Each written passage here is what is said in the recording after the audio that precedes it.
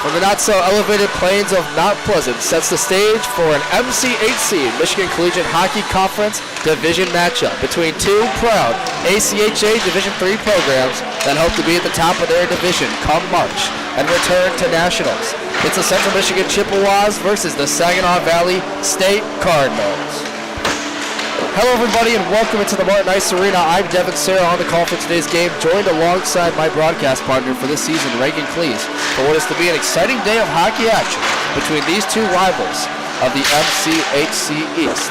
Point to you, Regan. This is the fourth game so far in the Chippewa season, and fourth in as many weeks as they've played. They planned to play against Robert Morris University last weekend for a back-to-back homestand, but due to a positive COVID test from a Robert Morris player, we did not see those teams in action last week. What that means is that the Chippewas have had two back-to-back two-week periods of breaks where they haven't played a single game other than back-to-back games against Davenport and Florida Gulf Coast. But even still, they start 3-0 in the season, and they are firing on all cylinders right now. Yeah, for the Chippewas, it's key for them tonight to be able to maintain the momentum they've had through their first three games. Now, I will mention that Florida Gulf Coast game came after another two-week layoff because of some scheduling difficulties and some teams not being able to field a D3 hockey program. And they came out strong against Florida Gulf Coast, being able to hold off a team that demolished they had a really good opening start to their season against 15 goals in 2 games. Yeah, they played really well in that weekend series against not only against the Chippewas but also against the Lakers of Grand Valley State University and as well Davenport University. And for the Chippewas, yes, they played well in that game, but they didn't have to play one the next day. So today, with that extra game on the slate and that 2-week layoff, they've got to keep their legs fresh. They got to get a fast start here tonight and also be able to maintain some of that energy and that momentum for tomorrow's contest at Saginaw Bay Arena. Yes, Reagan, and this will be the first double weekend back-to-back home and home where Central will play one game inside the Martin Ice Arena, their home break, and one at the Saginaw Bay Area Arena at SVSU. Now, what that means is that Central is going to need to have a hot start in this game. But before that, we'll look back on the last Chippewa win against the Florida Gulf Coast Eagles, where they were able to suffice a 3-1 victory. Starting off with the first period, it's Owen Campbell taking a wrister off the stick from Isaac Gibbs to get the Chippewa started at 5:59 first period, and for a 1-0 goal. This puck taken by a forward in the Chippewa zone. It's Tyler Davidson setting up shop for it. Chippewas come back the other way. They take it away. It's moving in is Christopher Martin trying to get down low to shoot. He scores!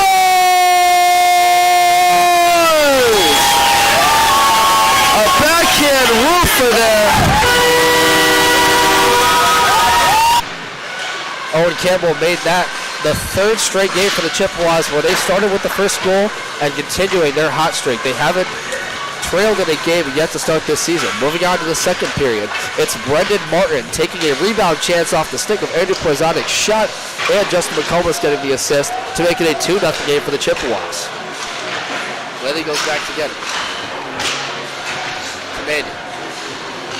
Through center to Porzo. McComas. Backhand. Takes the forehand, takes a shot in front, another try, deflected chance, he scores!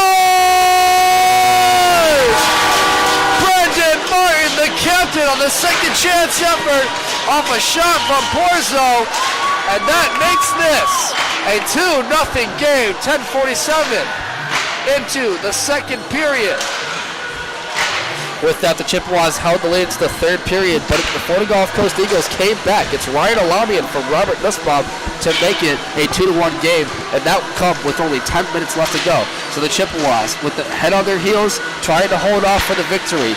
Finally, with a minute left in the game, it's Jordan Cooper taking the empty netter from Jacob St. Andre, and Thomas Rolfe getting his first assist for his season to seal the game for the Chippewas and keep them at 3-0 to start the season. A very impressive victory last week that cemented Central Michigan on the ACHA Division III matchup. In that game, Rolfe had his second win of the season, just one shy of a shutout, has only allowed 2 goals on roughly 60 shots faced already this season. And Campbell had his second goal and team-leading 6th point. We'll talk about him later and our key players of the game. To look around now, we're going to look at the Michigan Collegiate Hockey Conference East, minus the Central Michigan Chippewas and Saginaw Valley State Cardinals, who we'll talk about in a minute with Reagan Cleves.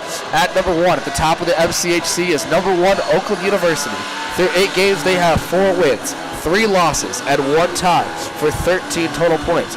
Oakland University trying to make their way back to the MCHC top standings. They haven't won a divisional title in a few years, and they're hoping to get back to the top of the mountain this year. At number 2, it's Lawrence Tech on their heels in 8 games, 4 wins and 4 losses for 12 total points in that time. Lawrence Tech looking to keep their hot streak going. They've won 3 out of the last 4 games after starting on a slow 0-2.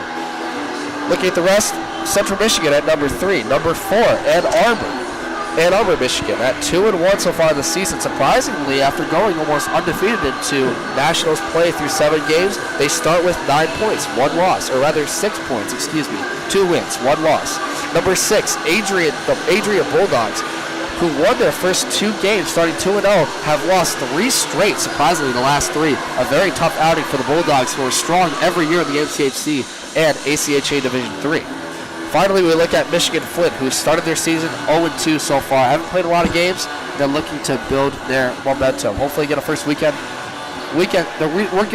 series test. They hopefully get a first win. Now I'll turn it to Reagan to look at both of these teams and their standings in the MCHC East Division. Yeah, so for Central Michigan, they come into today with a record of 3-0, 9 points, and 10th overall in the ACHA Division III. They're third in the MCHC East, behind 3 points behind Lawrence Tech and 3 ahead of the University of Michigan.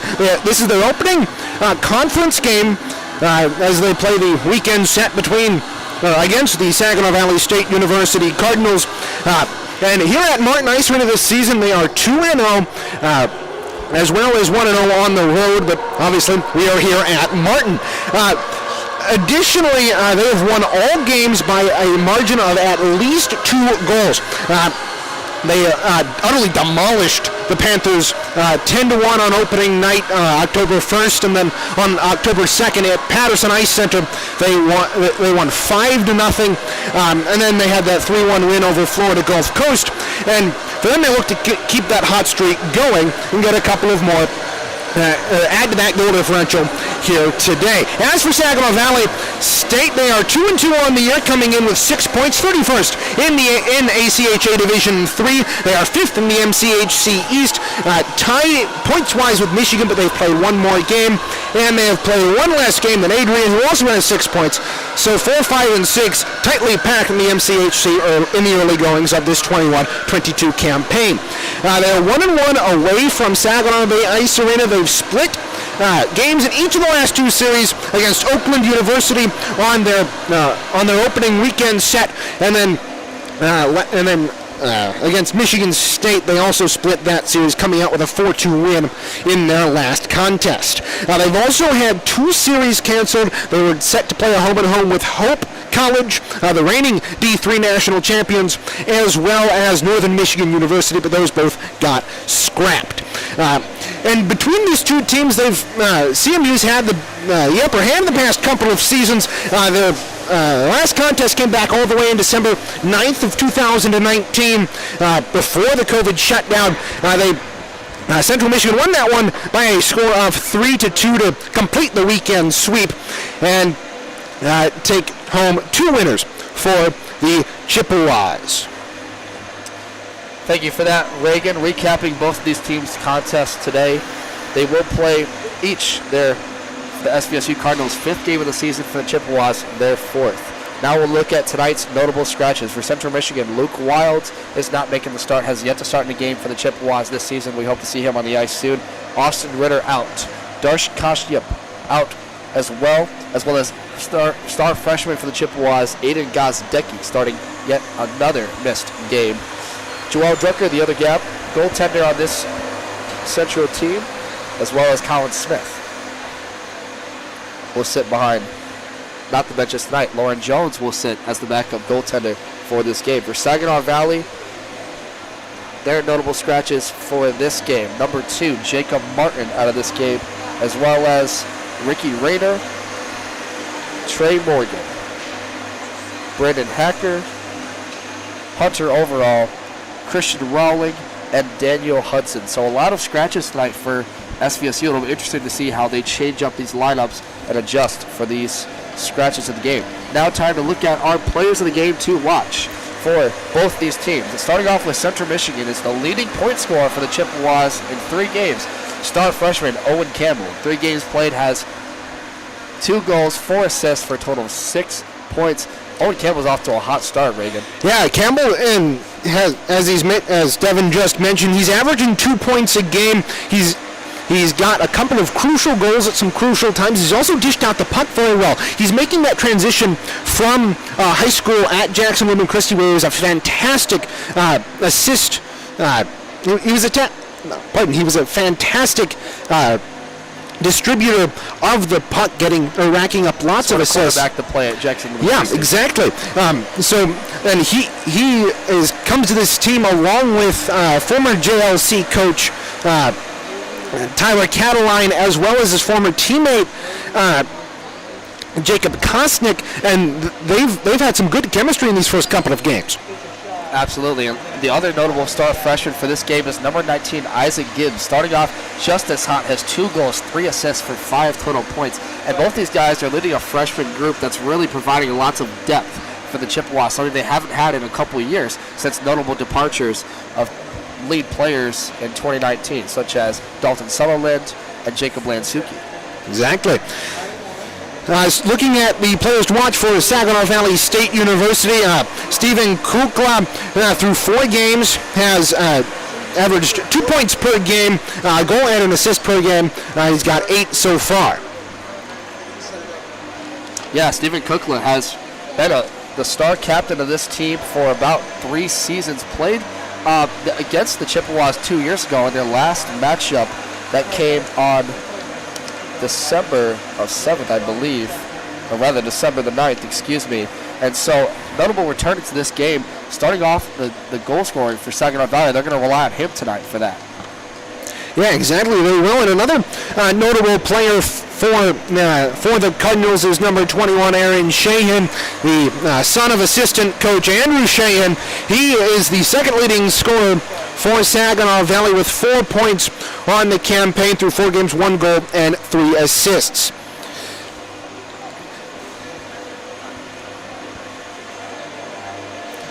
Taking a look at the keys to the game here for the Chippewas, they look to stay hot on the penalty kill. So far this season, they've been utterly fantastic on the penalty kill, killing about 90% of the penalties that they have incurred, and that's a huge turnaround from last season. They were utterly horrendous on the penalty kill a season ago. Yeah, absolutely. And one of the things we talked about last game was they've had notable acquisitions. One of those in Ben Freiku, the new defenseman for the Chippewas coming in, or rather forward coming in, really was exceptional for the penalty kill. Helped them go 5 for 6, holding the 4 Gulf Coast Eagles that are known for their strong power plays only to 1 goal. Exactly. And now another key to the game will be to get the first goal early. We talked about it earlier in the pregame show. Central Michigan has scored the first goal in every single game so far this season. And dating back to last season when they scored the first goal in these games, they are 9-1-0. It's very important to start hot early. Yeah, of course it is, and especially if you can get that first goal, you put the other team on the offensive, and maybe you can throw them off their game and make them focus more on getting that goal in response rather than maybe trying to play a little bit more defensively, and you can open up some gaps in the defense. Absolutely, and to do it with that will do it for this portion of the pregame show. But stand by. Earlier, I sat down with Coach Tyler Cataline ahead of tonight's contest, the newest edition of the Coaches Show. Welcome back to another edition of the Coaches Show. I'm Devin Sarah here with Coach Tyler Cataline for show number 3 of this season, ahead of tonight's game against Saginaw Valley State University for the first of this 2-game weekend series matchup. Coach Cataline, how are you feeling today about today's game? Feeling good. We had a good week of practice. We should be fresh. I mean, we didn't play last weekend when they did, and I'm looking forward to playing our first league games this weekend. Absolutely, and your last win was against the Florida Gulf Coast Eagles 2 weeks ago. You guys have had some time off since then, and you guys have had a lot of time to sort of think about that game plan after a huge win. What's that like now going into conference play against a team that's going to be hungry after being off for 2 years? Yeah, that was a big win for us against Florida Gulf Coast. You know, they're going to be one of the top teams in the nation this year, and you know, then having 6 practices since our last game, so. We did a lot of work. You know, we started preparing for Saginaw on Monday, and you know they're going to be ready. I mean, these are their first real league games, I think, this year. I mean, they played Michigan State and stuff, but last weekend. So, you know, they split with State. So, I mean, I'm expecting a big physical game. Absolutely. Last thing, Coach, is you guys had an exceptional penalty kill to start the year. You guys have only allowed 1 power play goal in as many 3 games, and that came against Florida Gulf Coast last week. But you guys were 5 for 6 on your penalty kill for that game. Tell me a little bit about what's attesting to the success. Obviously, we have new additions to the team that are helping out on that penalty kill, but what's like the biggest factor you're thinking about that goes into that strong penalty kill? Well, the guys are fresh. I mean, I'm rolling 4 lines, and you know, my PK guys, you know, I got so much depth this year where, you know, the guys that are on power play are on PK and the guys on PK are not on power play. So, I mean, the guys that are on PK are really fresh, you know, so that helps big time going into games where, you know, a lot of teams, you know, their power play guys are their PK guys also. So, I mean, teams that get worn out playing the same guys over and over, and, you know, with, like I said, with our depth, you know, all my guys are fresh in any circumstance on the ice, so that's a big factor, and it helps out big time for us. Absolutely, Coach. Well, thank you so much for your time. We'll catch up with you ahead of next week's game as well. This has been the Coach's Show with Devin Sarah for CCHN. We'll be right back for start of the game.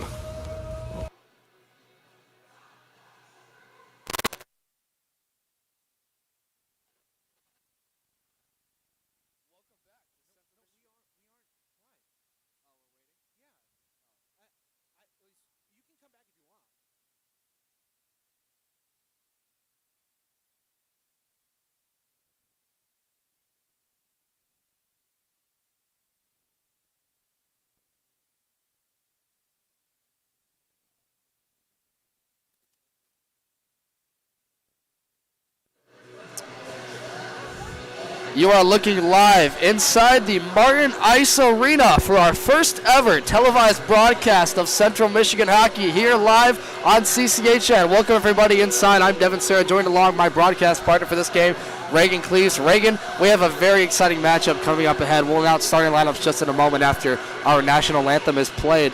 But I'm really fired up. I'm ready to be back inside the arena. It's been a long 2 weeks, and we're ready to start for this game. Yeah, Devin, I'm thrilled to be here and working with Mac TV. We're here providing you video on you viewers at home with video, and we're happy to have that help, and we're really excited for this contest as SVSU comes in as a really good contest. Comes in as a really good team, and especially in conference, and for the Central Michigan Chippewas, this will be their first in-conference test, and we'll look to see how they do tonight. Absolutely, Reagan. And one of the things to note for this Chippewa team is they will be running 4 lines tonight for this game.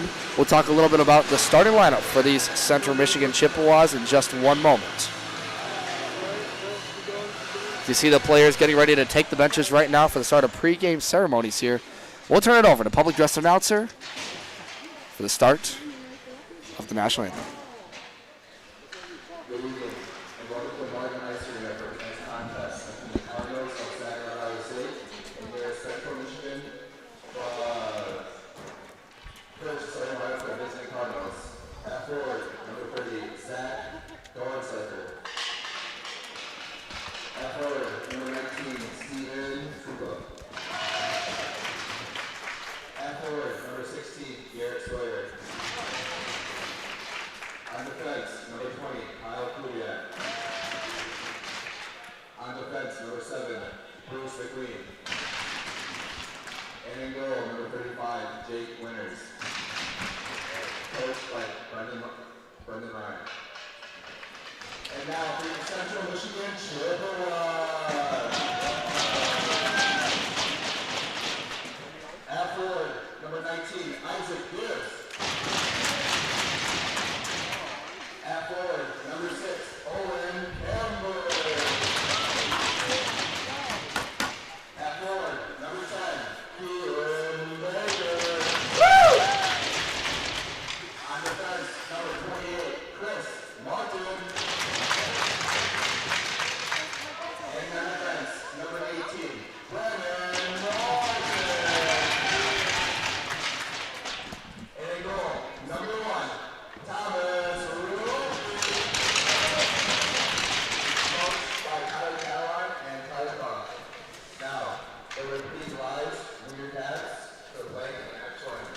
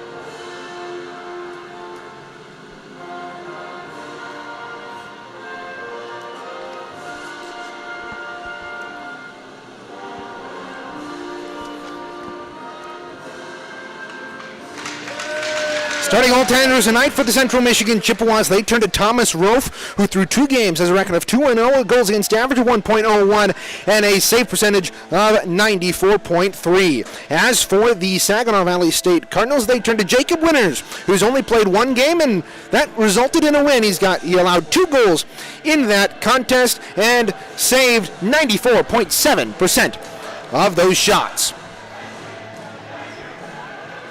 Thank you, Reagan, for the starting goaltenders for tonight's game. We start with the starting lineups for Saginaw Valley. It's on defense, Bruce McLean, number 7 out there, as well as Kyle Kubiak to pair him.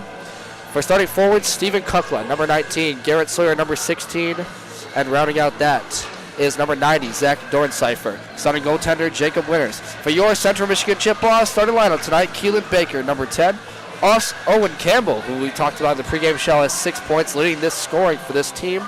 Will start at center for tonight's game. Isaac Gibbs will be on the right wing. For the defensive pairings, it's the brothers, Brennan Martin and Christopher Martin to start, and goaltender Thomas Rofe. We're set to drop the puck here for game number 4 of the Chippewa season and the first of this doubleheader weekend. It'll be Campbell's draw, won there by the Saginaw Valley State Cardinals. It's number 19, Stephen Kukla. The Cardinals moving into the Chippewa zone. They'll get this one deep, trying to throw it in front and missed a player. Now to the end board that's taken. It's Brendan Martin behind his zone net fighting it. Chips it over to Christopher Martin, his brother. Keeps it in the zone. The Cardinals keep it in. They throw it to the other side. Yeah, both Martins starting tonight on defense for the Chippewas, and that talking to Coach Tyler Cataline before the game, it was the Martins' mother's birthday the other day, and he thought it would be a nice birthday present for her.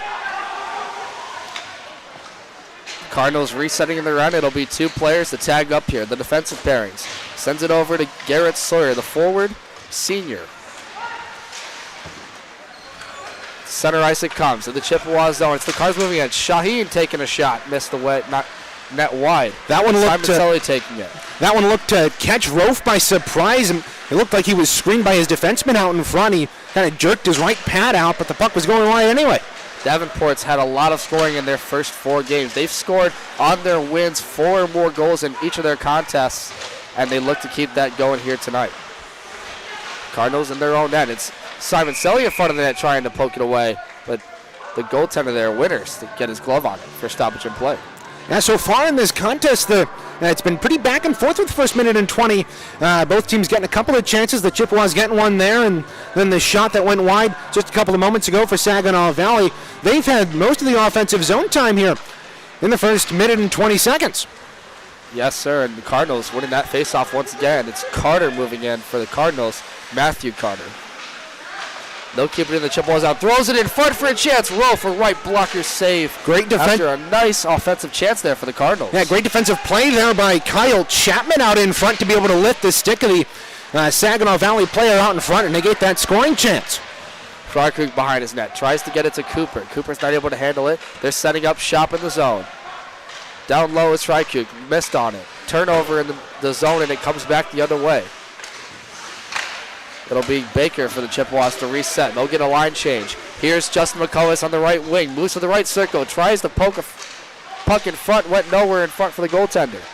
The Cardinals reset. Trying to get it down low is Porzo with it. Throwing it in front. Nowhere to go. Hayes takes a slapper just over the left glove of Winters. Now to the right board. Back to the point. It's Lasky taking a shot. Saved there by Winters. At the end board. It's Lasky. Still trying to fight for it. Comes back to center. Tying up for it is Garrett Sawyer. Goes cross-ice pass for Kukla. Kukla tried to go a shot. Fanned on it. Porzo on his own end trying to get it. Tevin McComas tying up with a Cardinal. Andrew Porzondik. The sophomore from Macomb, Michigan. Both teams change. Here they come the other way. The Cardinals now set up shop. Turnover in the middle zone. It's nice wrister right there for Garrett Sawyer. Missed the net wide. It'll come back in front. It's taken there away by a Chippewa player. That was Jordan Cooper, I believe. Chippewas are lucky to be able to get away unscathed after the giveaway in the offensive end. Another try there by the Cardinals. They keep it in the zone. Played off the puck by Lasky, challenging Kukla, the captain. It's Lasky to take it. Trying to get it to Harkuk. Frykuk and Lasky tie up with the Cardinal. Sawyer kicking away at it, trying to get this play. The ref's urging them to get it out. Sawyer, 16:27 left to go in this first period. Sawyer was going 2-on-1 there for a second. He's able to eventually win it. To the point, it's Ryder for a chance in front, trying to throw it away. Nice save there by Roof to stick out with his paddle. Cardinals setting up shop. Clear center, missed pass, fanned on it. Chippewas will change. A little bit of sloppy passing going on early in this game, Reagan. Yeah, the Chippewas, and that one goes up and out of play off the stick of Owen Campbell across, that's Keegan Moore across the way.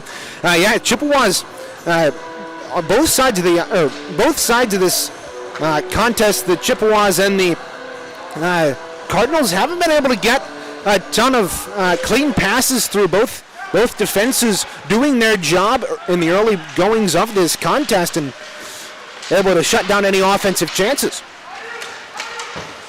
Chippewas trying to get into the zone. Chasing after it was Kaz, trying to get into the zone, couldn't do it. Jacob Kosnick, the star freshman. Setting up is Sheahan. Cross ice to Namath. Namath can't handle it, it comes back here. Chippewas trying to get some offense going. Through center, it comes to Whaley. Takes a shot just over the pad.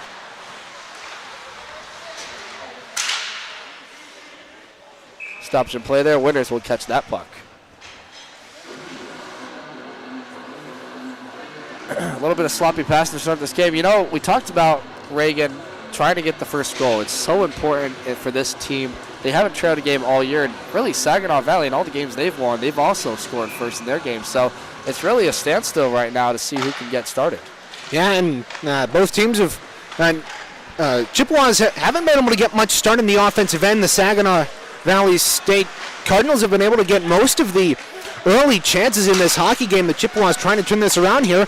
Working in, here's Simon Selly. Gets it low to Cooper. Cooper tried to go for the backhand, missed the net. It's Simon Selly in the left circle. Takes a wrister and stopped there and gloved down by Winters. Yeah, Simon Selly picking that puck up in the left wing circle on the inner half of it. He backed his way to the dot and was able to get that shot off, and Winters able to collect that. drawn out of the left or to the right of Winters. Simon Selly to take that draw. Simon Selly has won 75% of his faceoffs this season, according to our personal stat metrics. Joey Simon Selly, one of the star centermen for this Chippewa group. Yeah, he's been absolutely vital on those penalty kills. He's part of the reason Chippewas have been so good on the penalty kill thus far, but also those faceoffs are so important. Just look at any NHL team.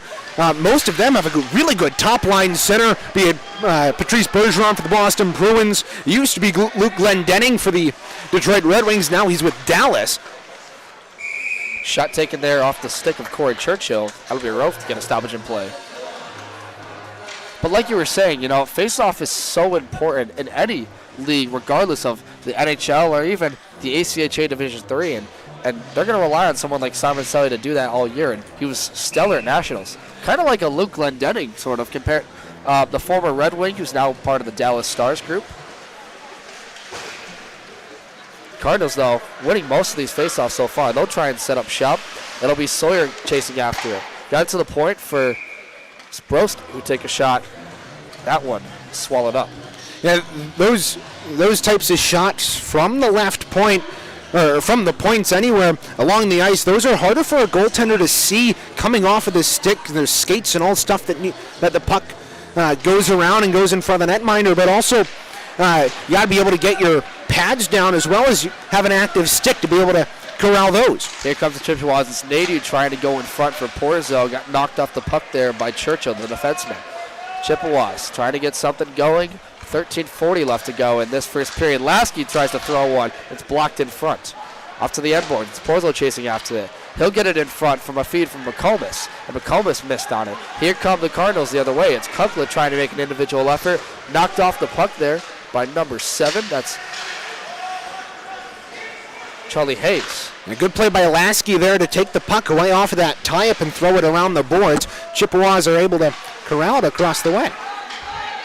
Cardinals getting something going. A redirect in front. Just missed the net. Cardinals getting some offensive pressure.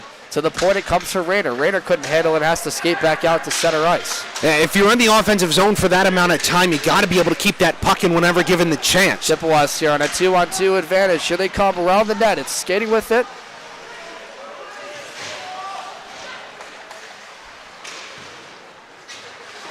Hayes, Howardchuk, fighting with it on the end boards. Tied up there, get some help. Good play by the Chippewas to keep that in at the left point. Keegan Moore trying to get some offensive chance going. Knocked off the puck, took a cross check there. That'll be a penalty. Number 10, that's a penalty coming to Rayner. Rayner cross check Moore right in the back, and that's starting a power play for the Chippewas early. Yeah, Ricky Rayner and Keegan Moore were going at it in the dead middle of the slot, and Rayner, who we had as a scratch, but he's in the game anyway. Surprising. He gave Keegan Moore a nice cross check to the back, sent him sprawling, and the Chippewas are going to go on the power play here. Chippewas starting this power play group right here. It'll be Owen Campbell's line to take it. Yeah, for the Chippewas. Campbell wins the draw. For the back to Smith at the line. Christopher Martin throws one in front, trying to get it down low to Hayes. Hayes couldn't handle it. It's behind the net, 2 players fighting for it. Knocked off a seam from Martin. Now he'll take it back in center ice. Yeah, so the Chippewas so far on the power play this season going 2 for 13, 15.38%. Icing is called the other way. Or the stoppage and play up high. Never mind, not nice. My mistake. 1:36 left to go in this power play. 12:05 in this first period. Off the penalty assessed to Ricky Rayner for cross-checking in front of the net. Winners. So it'll be Campbell to take this draw out here. That line, Keegan Baker as well as Isaac Gibbs, a star freshman. Trying to keep some chemistry out here, but it looks like Coach Tyler Catalin's changed this lineup a bit from last game. Now it's Owen Campbell fighting for it. Individual effort. Fights off a Cardinal, throws it in front. No one home. Simon Selly back to the point. Martin squaring up for it. One-timer chance for Smith. Couldn't handle it. Here comes Martin now to the point. To Simo. To the end boards for Hayes. Or Campbell, rather. Excuse me. Simo at the boards, looking for somewhere to go. Trying to get it in the slot. Back to Martin at the point. Goes cross ice. Vermore takes a shot. Rebound chance in front. Can't handle it. And we get a stoppage in play here. 1 minute left to go still in this power play, 11:28.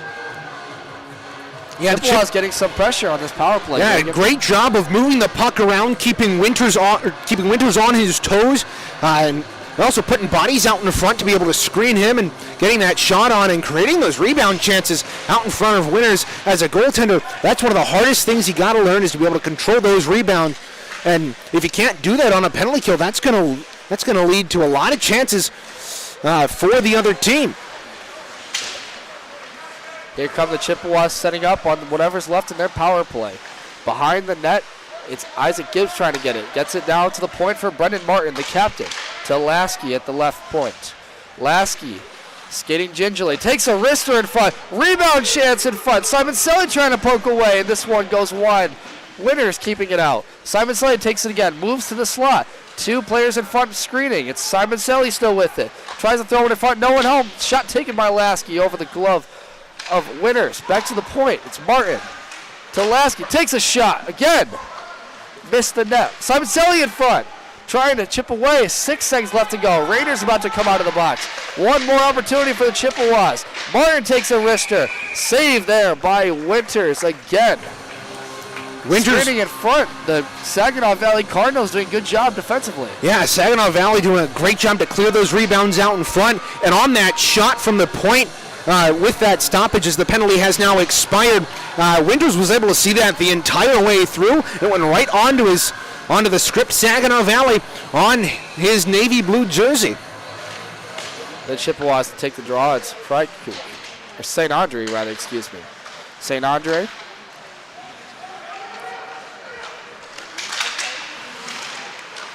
Now the Chippewas trying to make some offensive pressure and skating with it.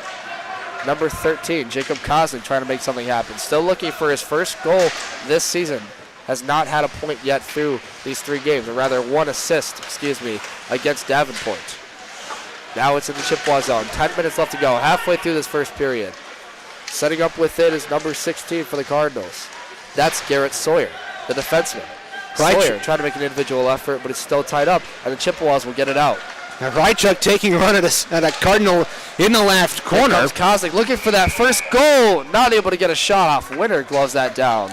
And for Rychuk, he's got to be careful if he keeps taking runs like that against players against the boards. He's going to get called for boarding, if not something more major. But yeah, talking a little bit about that goaltender, Jacob Winters, a sophomore from Saginaw, Michigan. Led a dominant regional playoffs in the Saginaw Valley Conference for Saginaw Heritage High School and played in the state tournament against the Kalamazoo Eagles. Won his final game as a high school player before the pandemic. Yeah, chance for the Chippewas right off the draw there. They're able to. There's Carter with a shot. Went wide. Yeah, they were back to the point. Cardinals trying to set up, but they get it out. Tied up is Porzo. Andrew Porzondik. Lasky tried to get one through to the other end. Couldn't do it. Cardinals send it through. Rolf's there to glove that one down. And the Chippewas restart again. It's Rader now. Ricky Rader, who we mentioned earlier, was a scratch to our knowledge, but is now in the lineup. Now it's a good takeaway there by McComas, trying to get a chance in front. The net was knocked off its bounds off the back of McComas after he was pushed into it. So we'll get a stoppage in play with 8:59 left to go. Yeah, Justin McComas getting thrown into the net there and knocking the net off its moorings. Surprised the referee didn't blow it down right away. Typically you see if it comes off and there's a chance out in front, you usually blow that down right away. But either way, nothing came of it. No goal, no would-be goal is wiped off of the score sheet. It'll be Simon Selly to win the draw there, as we mentioned earlier. Great centerman playing right now with Cooper and St. Andre. As a Cardinal chance in front here, Rofe stopped that one. Yeah, good off jump. The glove, or chance there by Brett Nelson. Yeah, Nelson had the shot from the top of the right circle, and Brandon Marshall coming in on the rush was able to get a stick to it and change the direction and slow up the puck there. Thomas Rofe staying on his toes and being able to control that and hold on for a whistle. Pretty even in the shot total. Central trying to get something going, but the Cardinals are hungry. They're in the end boards fighting with it. It'll be Brendan Martin down there fighting with a pair of players. Knocked off the puck to Jordan Cooper as they still look to free it up. It comes back to the point for Churchill. Churchill gets it down low to right. He'll funnel it. Back in front trying to throw it is number 9 for Brendan Baker. Baker, cross ice to Churchill. Churchill winds up, takes a shot, blocked in front. Nice job there by Jordan Cooper, who knocks Churchill down to the ice. Here come the Chippewas the other way. It was St. Andre trying to make an individual effort. Back to center ice. Throwing it in is Moore. Here come the Chippewas. Knocked off there. Howard Chuck. St. Andre trying to get in. The Cardinals head down the other ice, and a big hit in the Cardinals zone. Owen Campbell. My goodness. That's number 18, Nick Broski, and he's skating gingerly. This game's getting more physical as we go on, and we can only expect this heated conference matchup to only turn up the temperature as we go on in this weekend series. Namath tried to take a shot, couldn't go anywhere. Tries the backhand chance. Rofe knocks that off with his blocker, and a wraparound try, no avail. It'll be Rofe to swallow that up. Yeah, Rychuk taking Nemeth to the boards behind the net. That looked like Nemeth lost his balance before Rychuk came in and was able to came in and finished his check, and nothing comes of that, and they exchange words and joke about it on the way back to their respective places. Notably out there for the Saginaw Valley State Cardinals forward, Brandon Hacker was listed on our sheet as a scratch for tonight's game as well. So a few miscommunications on the scratches tonight. We're seeing these players have an impact for the Cardinals. Now behind the net. Setting up with it is Brandon Hacker. Hacker behind his net. Kukla trying to fight off a defender. That was Howardchuk. In front, one-timer chance, and Rofe swallows that one out. Hacker took a snapper from the slot. 7:04 left to go in this first period. Yeah, Hacker letting that shot go from just inside the hash marks in the left side of the right wing circle, and Thomas Rofe had opened up the 5-hole. He was able to not catch that in the front of the 5-hole, but actually close the legs behind it. He's lucky that one didn't find its way behind him. Absolutely. A shot taken there by Bruce McLean goes up and out of play.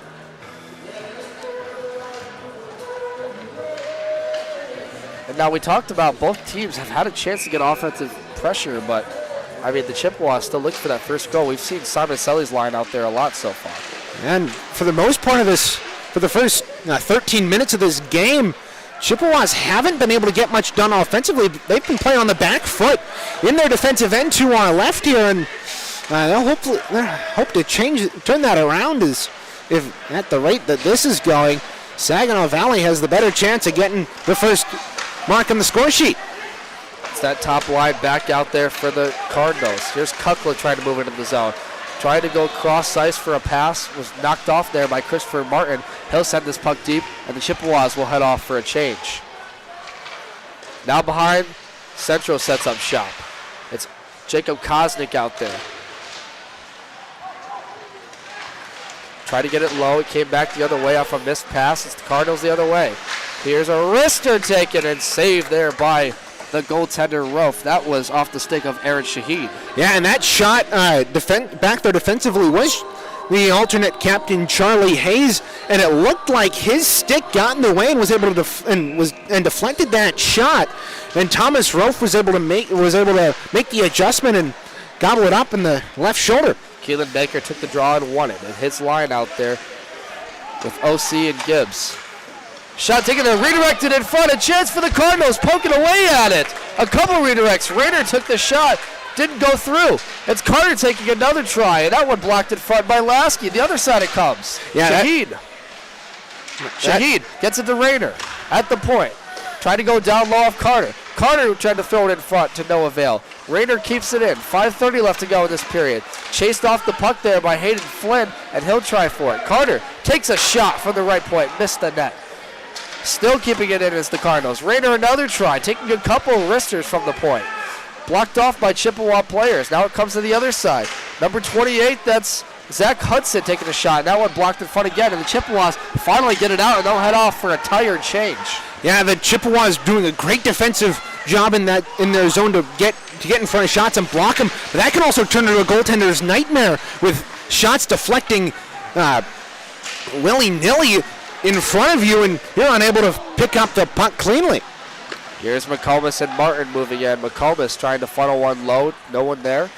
Taken away there by Zach Hudson of the Cardinals. Now they'll go through center ice.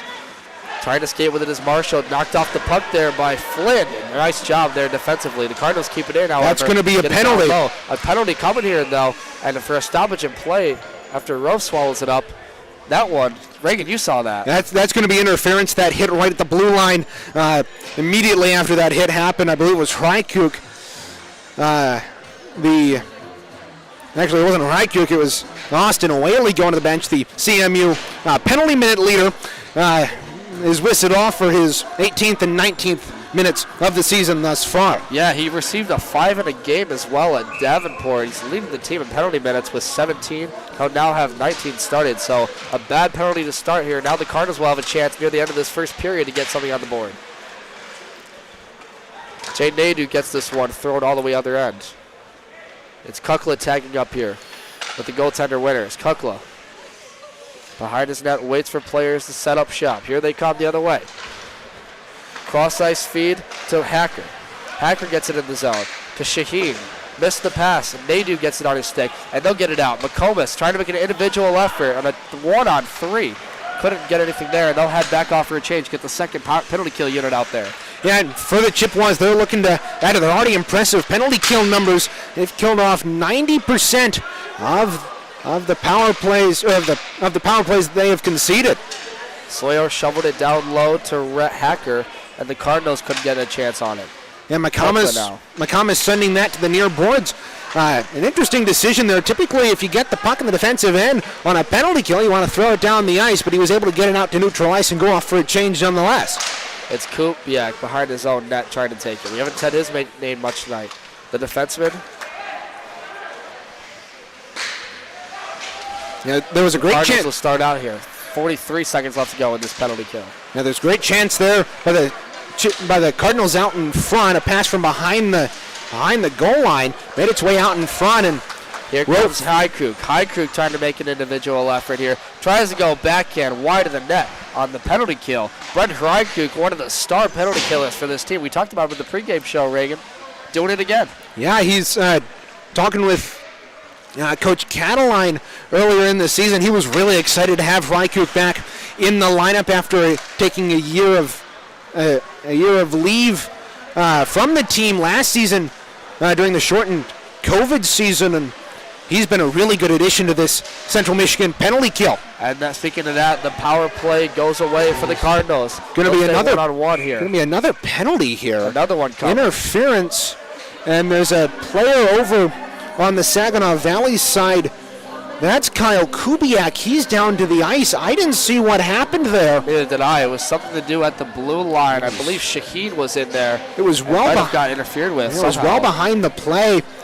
And now there's going to be a penalty here on St. Andre. And just like that, the Cardinals will go back on the power play with 2:27 left to go just before this period ends. So it'll be Namath to take the draw, but back out there for the Chippewas taking that draw. The Cardinals, Namath behind his net, tries to funnel it in front. Lasky gets it out. Taken away there by a Chippewa. He'll throw it down the other end of the ice. That was Keegan Moore, the junior from Northville, Michigan. He's a locker room favorite in this team, Reagan. And a lot of guys talk about Keegan. They're happy to have him back in this team after a 2-year hiatus. Yeah, and he's a great choice for a captain. Yes, he's one of the captains that Cataline nominated at the beginning of the year, along with Brennan Martin, who's the 6th-year senior. Churchill out there. Shot taken there from the point by Bruce McLean. It's Churchill McLean. That defensive pairing's been out there all night. McLaughlin tried to take a shot. He got knocked off the puck there by Hayes. And with 1:05 left to go in this power play, the Chippewas once again continuing their dominant penalty kill. Yeah, the Chippewas able to get away from that first penalty kill, and now have 52 seconds left on the penalty to St. Andre. They've been lucky enough to get enough bodies out in front. Saginaw Valley has controlled the puck most of the way through. Hacker with it. Kubiak tried to throw one, and Cooper's right there to get that one out of the way. Killing time on this penalty kill. 34 seconds left. The Cardinals finally moving into the zone. It's Hacker along with Garrett Sawyer. Neither of them could handle it, and it comes back out to center. Simon Selly chasing with it. They've got 23 seconds left. It's now the captain for the Cardinals, Kukla, taking it in. Kukla to the end boards. Looking for somewhere to go in front. Waits. Looks. Looking around for more players. Defended there by Brendan Martin. Comes back to the point for number 16, Garrett Sawyer. Takes a wrister just over the blocker side of Rove. Back in front for the chance. Rove there to stop it. And a stoppage and play is out. 3 seconds left on the power play. My goodness, a couple great saves from Rove. Yeah, massive scramble out in front. The puck was thrown from the bottom of the left circle into the crease, and Rove was down on the butterfly, and he's lucky that puck didn't hop up, take an odd bounce off of somebody out in front, and he's able to make a couple of key saves. And with 3 seconds left on the penalty kill, they'll have a draw to his right. Back out there, Nady to take the draw, and for the second time tonight on back-to-back power plays, the Chippewas get this penalty kill done. It's McComas now getting it up to St. Andre. St. Andre moves into the slot, knocked off the puck there by a Cardinal, and they'll set up shop in their own end. 13 seconds left to go in this period. Yeah, good back check there by Rayner to come back and take the puck away from St. Andre in the offensive end for the Chippewas. Giacomo will hold in his own end, try to take away there by Nadu, but the period comes to an end, and a little bit extra afterwards. My goodness, Hudson just shoved Nadu into the back of the post mounds. What about that? Yeah, it looked like the puck, it looked like they were both going for the puck, and not happy with each other. A little bit of scrappy stuff, though. Yeah, definitely. This first period has been incredibly physical. Both teams finishing their checks and playing a very physical style of hockey. And at the end of one, we are at a scoreless tie here in intermission number 1. Absolutely. With that end of the period, I want to remind you fans, don't forget that the CMU Club Hockey Network YouTube channel is your one-stop shop for highlights, exclusive interviews, and full game broadcasts for CMU D3 hockey. Make sure to subscribe and turn on notifications so as to never miss a moment of Chippewa hockey. Just go to YouTube and search CMU Club Hockey to find the channel. We'll be right back for the first intermission report live here on CCHN. Stay with us.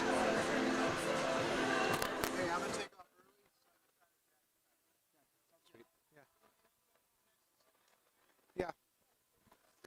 Good first period, man. We keep stepping. I keep stepping over you, but. Dude, I'm having a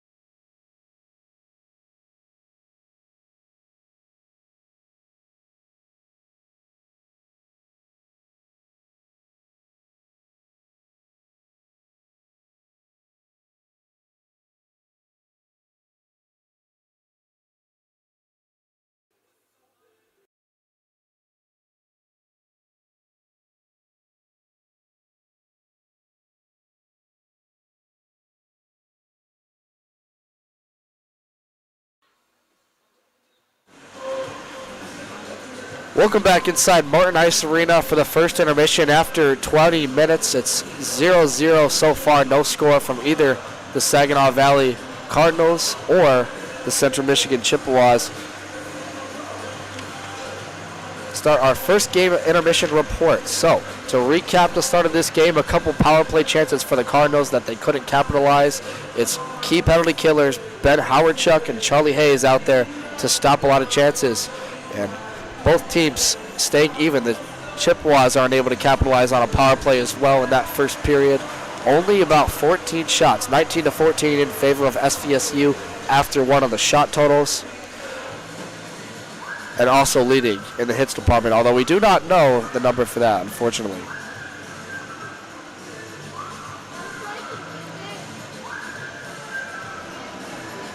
As we wait for the Zambonis to get off the ice, I want to remind you, Chippewa hockey fans, CMU Club Hockey Network YouTube channel is one-stop shop for highlights, exclusive interviews, and full game broadcasts. We want to thank our partnership with MAC TV Network for all games on this stream. You can catch the game stream as well on the MAC TV channels on their cable networks after this game.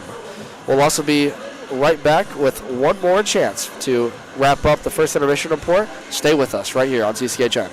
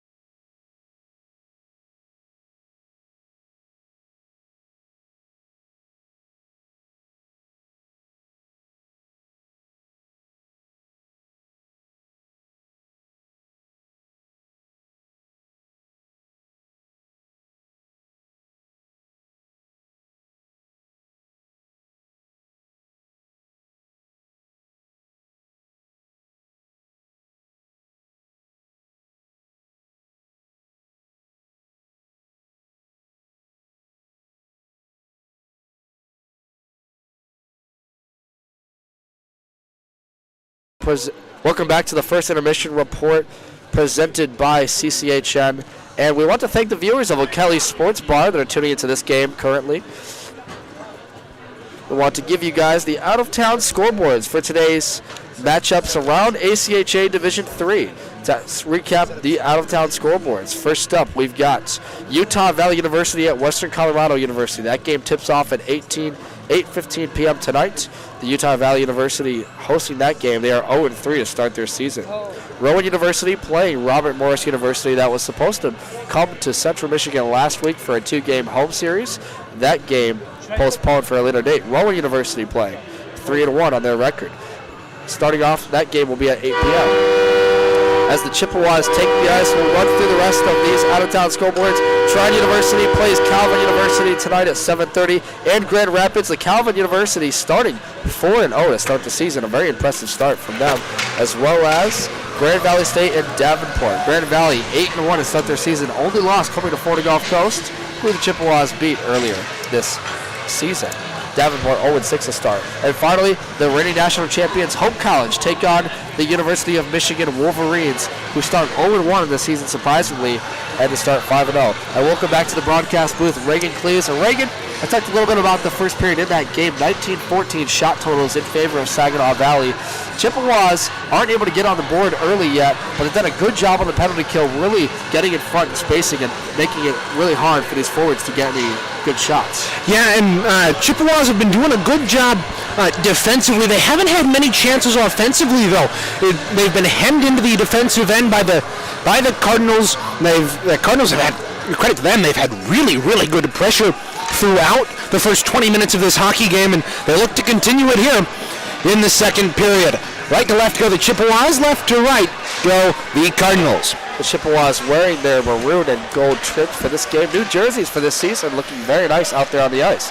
And to start, hopefully, can get on the board. It's Isaac Gibbs trying to chase after it. Missed a pass from Baker the long way, and it'll come back and glove down there by Winters, 1946, to start this second period. Yeah, and that pass that ended up caroming off the boards and right onto Winters was tipped at the blue line, and so it made on the near side Isaac Gibbs unable to corral it as it had popped up in the air. So Chippewas face-off taken here by Owen Campbell. He'll lose the draw against the Cardinals. That was Brendan Hacker taking it, and the Cardinals now set up shop in their zone. Taking it front. Oh my goodness! Turnover in front of the net there. That was Bruce McLean trying to get it out, but Isaac Gibbs almost there to put that one up. Close chance. Chippewas trying to get on the board. Yeah, for the Cardinals, they escape.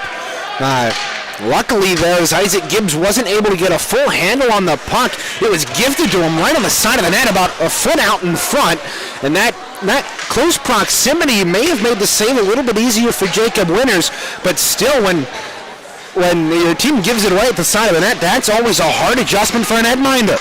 Central trying to set up now. Coming into the zone is Simon Selly, even though the Cardinals trying to get some offensive pressure going.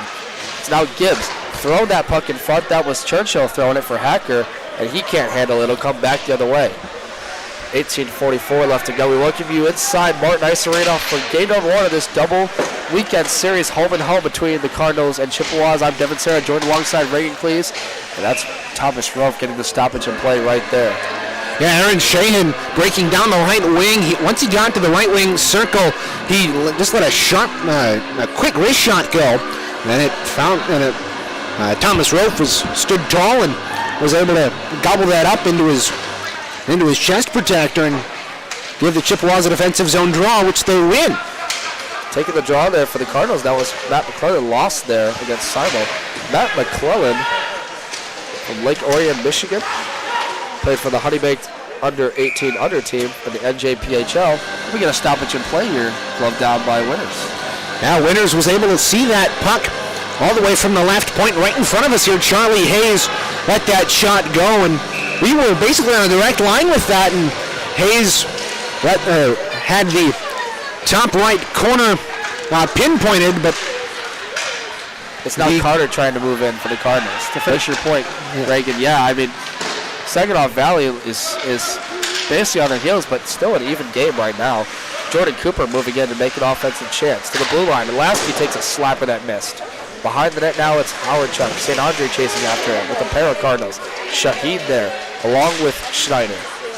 Shaheen gets it to Broski, and they have to send this one out, and they'll go off, a few of them, for a change. Yeah, for the Chippewas, they've turned the tide a little bit here in the opening minutes of this second period. They've gotten a few more offensive zone chances and have been able to keep the puck, for the most part, out of their defensive end. And when it's been in the defensive end, they've done a good job of being able to gain control and clear it out. And, it's so hard as a forward. As the shot's taken there by Whaley. That one gloved down by Winters. And still keeping it in the zone is Whaley. Austin Whaley, the defenseman from Lowell, Michigan, had a penalty earlier in this game, but the Chippewas killed off that penalty kill. Nice sliding block there by Nick Broski, and that springs his teammate Marshall the other way. Marshall coming forward, alone on a 1-on-4. He gets some help finally at the blue line. It's there. Kyle Kubiak takes a shot, and that one stopped down there by Rofe to get a stoppage in play, 17:05. And when you have so much pressure like that, trying to just get in front on your own, trying to get something into the zone, it can be hard to have patience. It can be very hard to set up. What's something that you have to do to get that offensive pressure? you have to be the first to pucks in your defensive end. You have to get in the passing lanes when your opponent is putting pressure on, and you've got to be able to get in passing lanes, break up passes, and be able to gain control for your team so you can go ahead and get into the offensive end. Well, he took a risk. So redirected in front. Nadu tried to go in the backhand. Gets the paddle there. Winters and knock it down. He still holds it behind the net. Porzo tried to throw one in front. No one home. And it comes back down the other way. My goodness, the best chance of the night for the Chippewas. Yeah, and Winters on the left top of his crease made the initial save. It bounced right onto the stick of Nadu on the near side of the crease, but he was tied up with a Cardinal defenseman, and he was unable to get a stick on it, and Winters came over with the paddle to be able to knock that away. Yeah, and the Chippewas, they really need stuff like that to happen in this period. And give credit to the Cardinals. They're doing a great job taking away those passing lanes, as you mentioned. I've just noticed a lot of individual efforts trying to happen for Central, and nothing's going so far. 16:08 left to go in the second period. Yeah, and for the Cardinals, Chippewas are lucky there as breaking up the right wing was Trey Morgan. And the Chippewas were caught in a line change, and Morgan was unable to corral it, and instead it went for icing against the Cardinals. Power checked after a shot taken there. Sorry to cut you off, Reagan. Chippewas setting up shop, a few face-off wins so far, and here come the Cardinals the other way. It's Namath on a 3-on-2, takes a wrister. It's blocked off there by Rowe. Comes to the right boards. Here's another chance in front for Nelson, and takes a shot. That one's stopped by Rolf. Another great save there. Yeah, Travis Nemeth, after he let that shot go in the left circle, wrapped around the net and set up shop in front of Thomas Rolf, and Rolf had a hard time seeing that puck. Rolf's made a few good saves already in this game. Yeah, he's going to face a lot more coming up if the Cardinals win this draw. And he made another one there. He just did, and another shot taken there by Brett Nelson, and he'll stop that one with the glove. And those sharp angle shots right there for goaltenders, those are hard to read as they come off, like they're right along the goal line, and some players are skilled enough to be able to get that elevated enough to where if you don't have that post secure enough, they can find a hole, whether it be your head or between your arm and the post, and they can squeeze it through. And I know for me, when I played goaltender, those were always the hardest saves to make, because you had to make sure you were glued to the post to make sure that no gaps appeared for those skilled players. The fourth line back out here for the Chippewas. It's Rykuk with Jacob Kosnick and Keegan Baker moving up through it. Now it's Kosnick trying to chase after it behind Winter's net. Kos taking off the puck there by Zach Hudson. Hudson now gets it up to his forward, Brendan Hacker. Hacker moves it in. Tries to get one to Kukla, the forward captain. And Garrett Sawyer takes it on the other side. Behind the net, Kukla chasing after it. He'll funnel. Tries to throw it in front, no one home. Taking a wrister there, blocked in front by Campbell. Nice job. Ben Harku, rather. And now Cardinals still shutting up shop. It's Namath. Funnels one low again to the other side. It comes, and no chase after. The Cardinals keeping offensive pressure up here. It's Hacker moving in. Tries to make a move. Slapper taken there by Hudson. Blocked off by Roth. And the Chippewas trying to get this one out. They do finally, and they'll move it up. Here comes Jacob Kazan looking for his first goal of the season on a 1-on-3. Gets roughed up to the boards hard. And we'll get a stoppage in play as the referees might be calling a boarding here, Reagan. They're going to call I believe, a cross-check to the head. Yeah, I noticed that when he got slammed to the boards. Yeah, the referee signaled cross-check, and then he made the signal for a head check. So they're just going to call a 2-minute penalty here on Ricky Rayner, his second penalty of the night, and the Chippewas, who are 0 for 1 in the power play thus far in today's contest, get another chance with 14:21 left in period number 2. They've got their best face-off man out there. Simon Sully didn't win the draw, but he takes it behind his net. He's out there with Lasky along with Brendan Martin, as well as Keegan Baker, or rather, Keelan Moore. And Simon Sully tries to throw one. He'll throw it the other side. It comes to Jordan Cooper. He'll take it back from Martin, who sets up. Jordan Cooper to Martin. Martin can't handle it, has to skate back out of his zone. 1:35 gone in this power play. The second power play of the night for the Chippewas, looking to get on the board first. Jordan Cooper tries to move it, couldn't handle the pass from Martin. Now behind his net, it's Cory Churchill on his penalty kill. He'll send it back the other way, and the Chippewas have to reset. Rowe tagging up here with Lasky. Yeah, the Chippewas after setting up initially on the power play, were unable to keep it in, and they're having trouble getting back into the offensive end and setting up some sort of pressure. Simon Selly now with the puck. Yep, Simon Selly behind the net. Funnels it to Cooper. Cooper for Martin for a slapper. Saved there by Winters off the left glove. Couldn't get the handle though. 58 seconds left to go. Here comes Simon Selly. Turns with it. Tries to tee up a player. It's Cooper. Waits. Looks. Holds. Martin to Cooper. Playing tag. Cooper ties it up. Saved there. Up over the net of Winters. And now it'll come back. 42 seconds left behind the net. Winters thought he had that one, and he's had a couple of times in this power play where he's been unable to find the puck off of a save. This top power play unit still out here for the Chippewas with 28 seconds. They're going to get tired pretty soon. They got to get fresh bodies out there. Cooper's still trying to make an effort with it. He's chased off the puck by Namath. Falling through, gets it to the point for Martin. Martin looking for a one-timer wrister, and that one's gloved down by Winters. Another key, great save there. Yeah, Charlie Hayes setting up for a deflection out in the front. He batted at it, but he was unable to get control of it. As with a quarter of a minute left on the man advantage for the Chippewas. 12:36 left here in period number 2.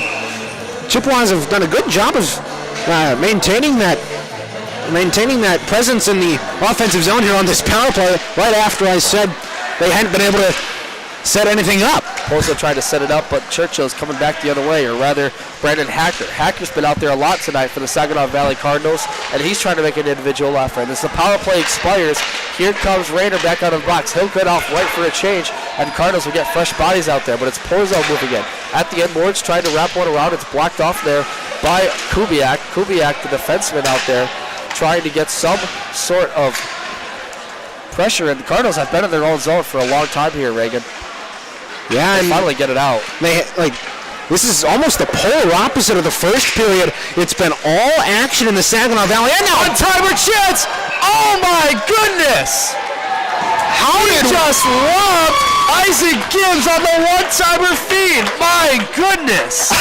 Oh my goodness! Indeed, Winters was on dead to rights with the pass right across the crease, and on the backdoor side, Isaac Gibbs, and he put it unfortunately exactly where Winters was, and that was right on the ice. It looked like Isaac Gibbs had all the time in the world to bury it, but he got no elevation on it, and that's why it remains a scoreless game. Chance. And Hudson gave him a stick tap because he was helping his goaltender out right there, and Hudson's able to finally get some blocks in front for his goaltender after he bailed him out on that chance. The best chance for the Chippewas. Here come the Cardinals the other way. Matt McClellan moves in, tries to fall into the slot, tries to wrist it, and it's blocked off by two Chippewas. They can't get it out of the zone, though. They still have it. It's Sheahan trying to set up with it.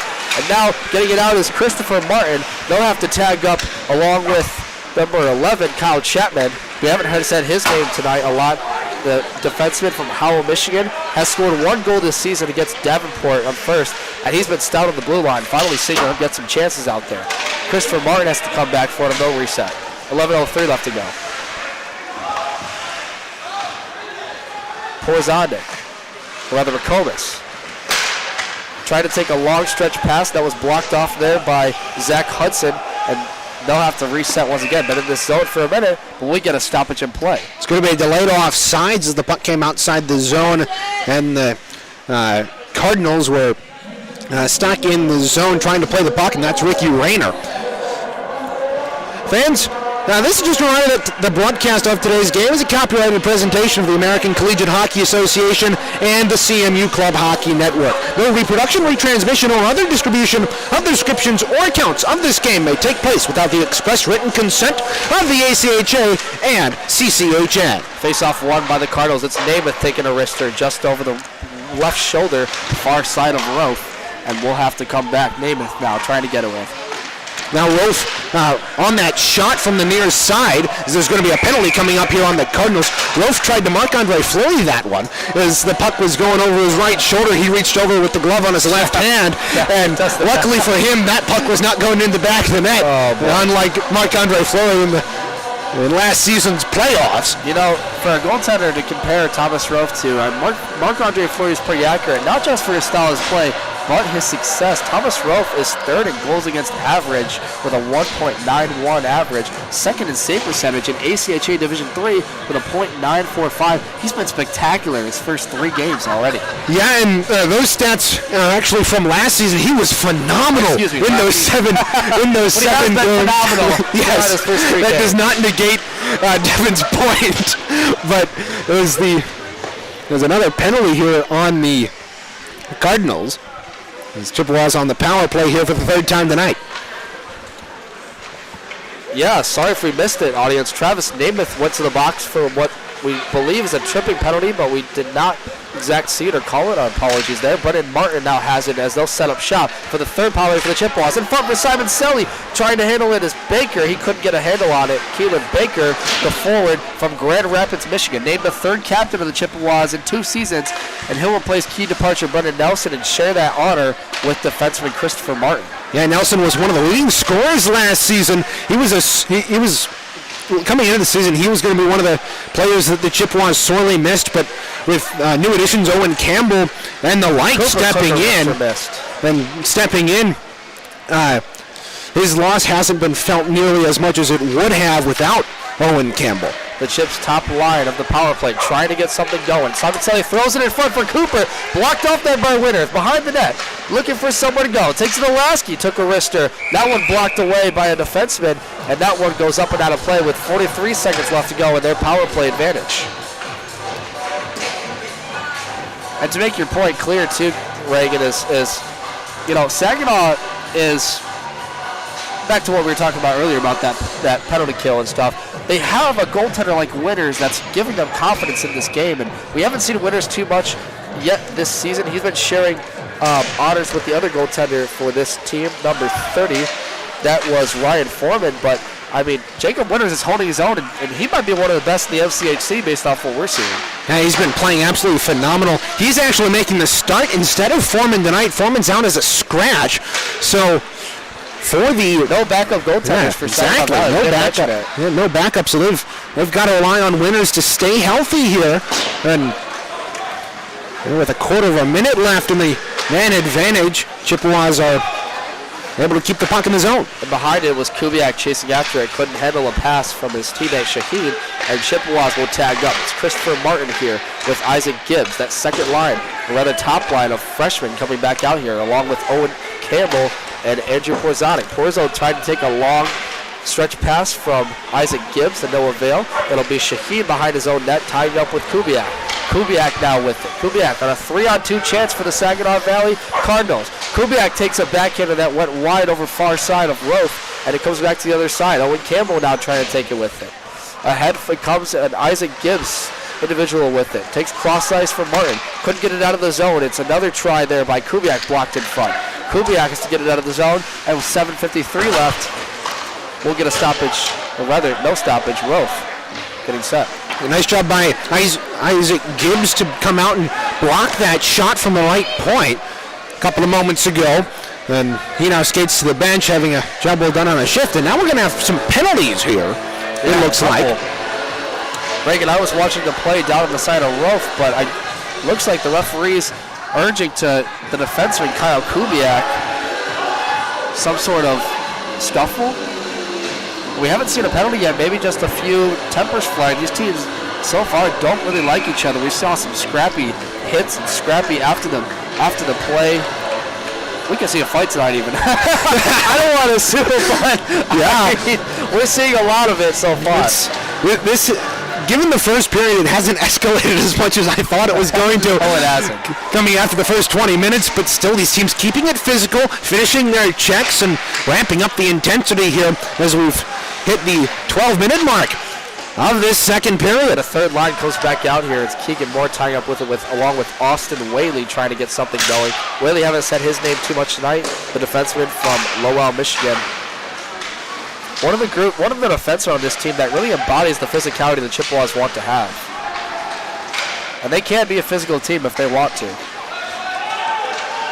Now Whaley has to chase after it. Rose got to glove this one down after a pair of Cardinals chase after it with 7:02 left to go. Yeah, the Cardinals is some extracurriculars after the play in the right wing circle of the Chippewa. And to our right, Saginaw Saginaw Valley did a nice job there to break out of their own defensive end. They just lofted the puck up, and Austin Whaley, who was back defensively on a 2-on-1 for the Chippewas, had no idea where that puck was, and he turned around just a little bit late, and lucky for him, that puck rolled right in on Rofe, and he was able to corral it.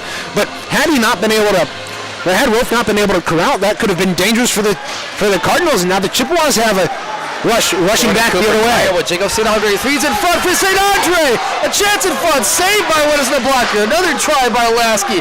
Comes to the other side. Great stop by Winters, and they have to get it out of the zone and reset. Tagging up is Hayes for Cooper. That was for Jacob Winters. He was lucky because that puck laid to the left side of him in front of a wide open net. And he's lucky that his defenseman, who was right on the doorstep there, coming back on the rush, didn't kick it in. The Cardinals teeing up here. Ricky Rayner tries to take a shot from the point. That blocked in front by Alex Lasky, and now he'll have it behind his net. Stretch pass attempt for Jordan Cooper. He gets it on his stick on a 1-on-2, trying to fight for it with two defenders. That's Rayner. Ricky Rayner trying to get it out of the zone. He will, or rather hold it, and he'll send this back up for his forward, Brendan Hacker, who can't handle it. Chippewas trying to get into the zone. The star sophomore, Jay Nadeau, tying up with St. Andre. St. Andre makes a nice move to get in front, but he can't handle it on his stick. And that's gloved down, and another hit on Nadeau after the play. That's the second time tonight. I believe that's Cory Churchill who laid it. Yeah, and Nadeau getting thrown to the ice after the play. Bottom of the right circle. I was more watching out in front. Chippewa who put that shot on. I believe it was Justin McComas.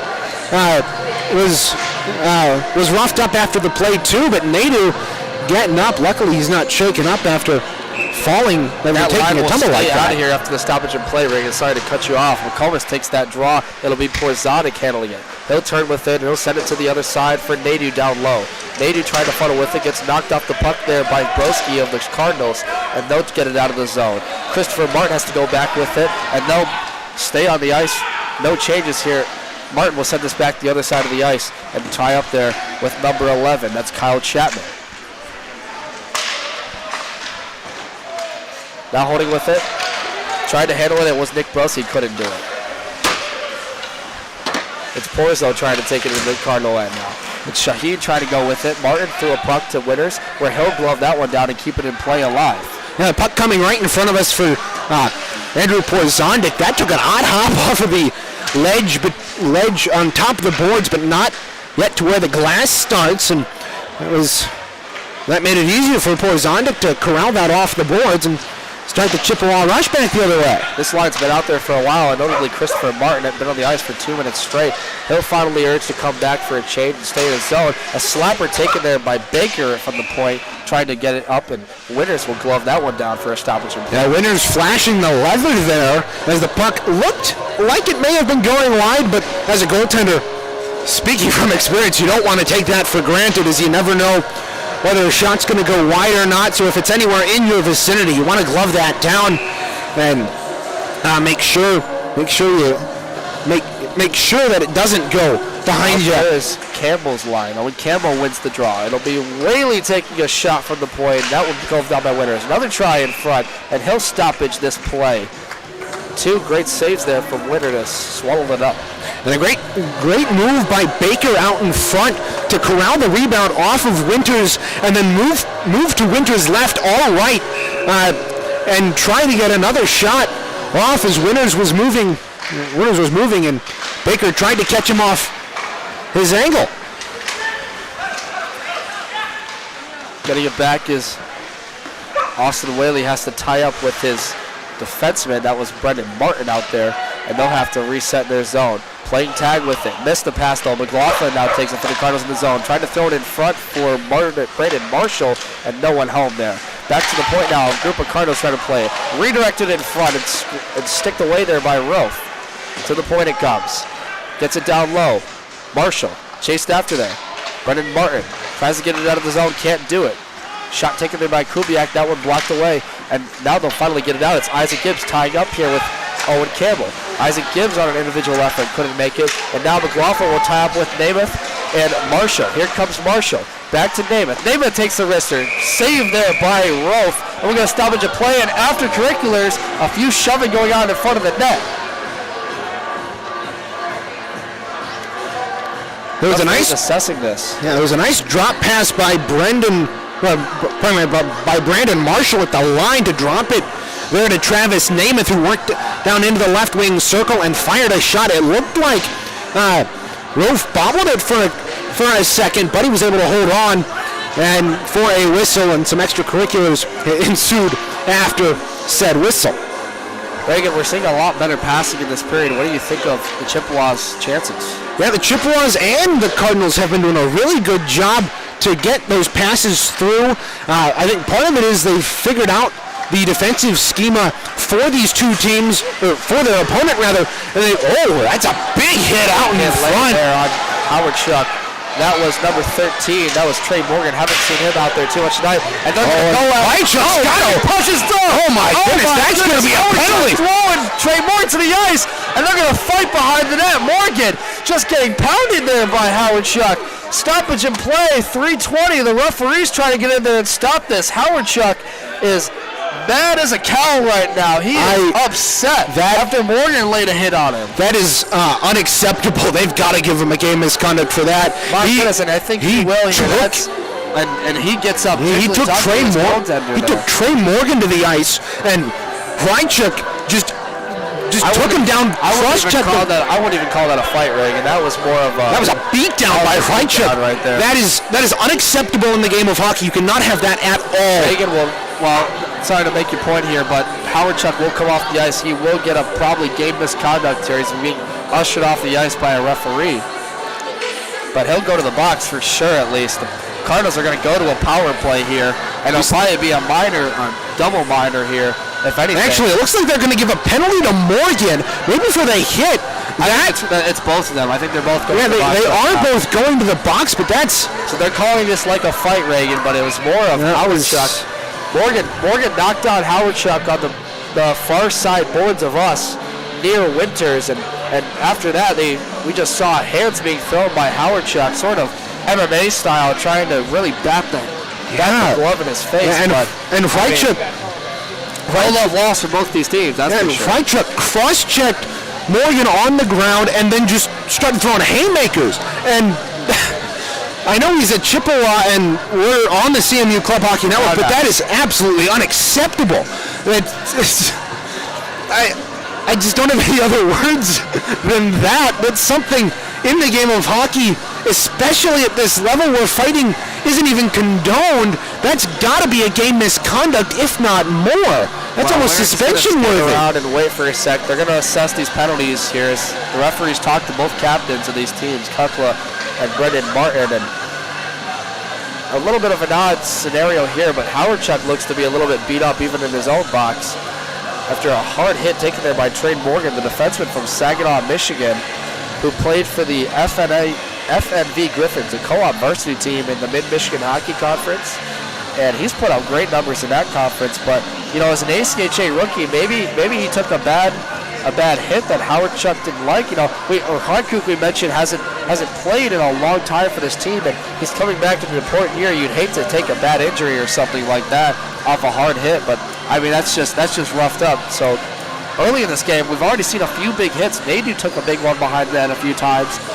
Whaley's laid a few hits on somebody. I mean, it's getting dirty here in Mount Pleasant. Yeah, and they're still sorting out the penalties, talking with the individual captains. Charlie Hayes actually in there right now, along with his counterpart, Stephen Kukla. And the referees are over talking to the Central Michigan bench. Linesmen are dealing with Hayes and Kukla. And for me, if I'm Saginaw Valley's coach, Brennan Ryan, I'm wondering why my man's getting a penalty. And right now, they haven't shown anything up, so my guess it may be coincidental minors, but if they call this a fight, I don't see why they're giving the penalty to Morgan, because he just was sitting there getting the haymakers from Rychuk, and it looks like we're going to play 5-on-5. I don't understand this. I don't understand how Morgan's getting a penalty. Far side of the neutral zone here. The referees are going to assess minor penalties to these guys here, but we will stay 5-on-5. So they'll treat this as a fight, but no game misconduct or double for Ben Freikuk or Trey Morgan, but faceoff will come out. It'll be Simon Sully's line teeing up here with the captain Kukla. They're both these top lines back out here. So 3:20 left to go in this second period. Still scoreless in this game from the Martin Ice Arena. Devin Sayre along with Reagan Cleaves, alongside our broadcast crew with MAC TV Network, or rather partnership. We'd like to thank those volunteers as well, staff that helped us put this first telecast on here.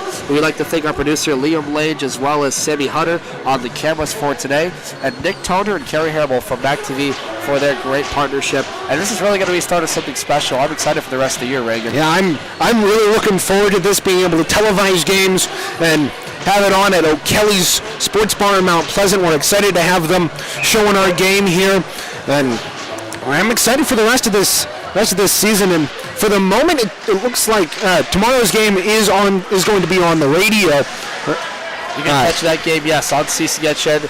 Reagan Cleaves will be on the call for that game. That game starts 8:15 local Eastern time. It's going to be a late game. At the Saginaw Bay Area Arena. And both these teams will face off for their second match of this two-weekend series, as we're yet to settle one in this score as a puck's thrown up and out of play by Kubiak for a stoppage in play. 2:43 left to go in this second. Yeah, and during the intermission, we'll try to sort out with our sources down on ice level and working in the scorer's booth, and we're going to try to figure out what those, if it was indeed a 5 minutes for fighting for each of those, for each of the players in the box on the other side. It's Freikuk and Morgan sitting in the box. Right now it's still 5-on-5 as they were deemed to be coincidental penalties. Chippewas trying to get it out of the zone. Kukla keeps it in along with his forward pair of Bruce McLean, and they'll try and get a chance here. Throw it in front there, was blocked by a group of Chippewas away. Good defensive stand there, and they'll get it out of the zone. No changes yet, but Kukla will come off the ice, and it'll be Nadu coming back out here. St. Andre gets it into the zone, skates along the far boards. It's there with Joey Simon-Selly, who's had a good night tonight on the faceoff at center. And a redirected front chance there by St. Andre. Good job by Winters to get the stick paddle in there, and he'll get it out in the zone. Here comes number 32, Brendan Hacker, an individual effort. Rolf gloves this one down for a stoppage in play, and there'll be some extracurricular on the other side. And Hacker took an extra whack at Rolf. Granted, as a goaltender, I would be a little annoyed at that, but the whistle had not blown in Hacker's defense, so we continue 5-a-side here with 1:52 left in period number 2. Fans, remember to stick around for the second intermission report. We will have a look at the out-of-town scoreboard for you, taking a look at the pro teams around Michigan, and then we'll also recap this one for you for the first 40 minutes.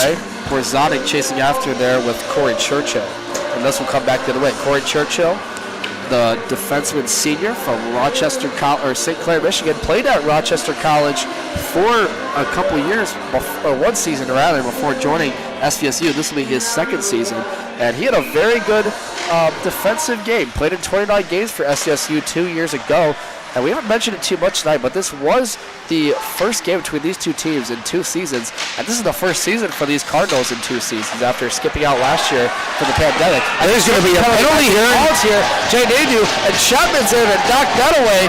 That was number 21 for the Cardinals. That's Aaron Sheahan. Going to go to the box here with 1:27 left. Yeah, so penalty being assessed here. And he got tied up there with Jay Nadu. We've seen Nadu in a few of these scrubs tonight, or rather close scrubs, and Nadu will but stay out here for this group as they assess this penalty to Sheahan. This will be, I believe, the third power play of the night for the Chippewas after Sheahan takes a tough tripping penalty. Aaron Sheahan, the senior from Ortonville, Michigan, fourth power play, Ortonville, Michigan, played on the Metro Jets of the NA3 AHL. This is he's second in goal scoring right now for SVSU, or he was in 2019 and 2020 as well. But he's a guy that can rack up penalty minutes. He racked up 156 penalty minutes in 26 games for the Metro Nets. I don't know about you, Cal, but that's not great numbers. Yeah, it's definitely not something you want. And Chippewas have had their penalty trouble over the years, especially with Austin Whaley. Last season, he was the penalty minute leader, and right now is the penalty minute leader, depending on what Ryku got after that scrum. As Campbell tries to take a wrister, sorry to cut you off there, but blocked in front by Roski. It's now Owen Campbell again out here. Has 6 points through 3 games for this team. Looking for another one tonight. As a thrown pass taken there by Martin to get it down low. No scuffle forward behind the net. A group of Saginaw players taken away. It'll be Christopher Martin trying to keep it in the zone. Chased after there by Marshall. Ahead it comes, and now it's Campbell getting back into the zone. Campbell at the right boards. Skates around. Ties it up with a Cardinal. Doesn't do it. Throws it in front for Porzonnik. Doesn't get it home. Campbell gets it back. Campbell waiting. Looking to go. Goes back to the point. It's Isaac Gibbs. Campbell still waiting for it. 27 seconds to go. 1 minute in the power play. And they'll have this to end the period. Gibbs and Campbell playing tag. Campbell takes the wrister. Missed the net wide. It'll Martin taking it back to the point. Martin throws this one to the other side. It comes to Owen Campbell. Campbell takes it again. He's had the puck on his stick for most of his power play. Gibbs and him will play tag once again at the right circle, and he's looking for somewhere to go to Martin. Campbell skating around, dinking a few times, gets it down low for a chance, tries to go one-timer. Saved there by Winters, and he'll stop and handle this puck. First stoppage of play with the end of the period closing, and there was .3 on the clock as that shot was taken by Campbell, and keeping it out of the net still is Winters after a few nice chances in front for the Chippewas. We stay scoreless. And we're going to see the referees.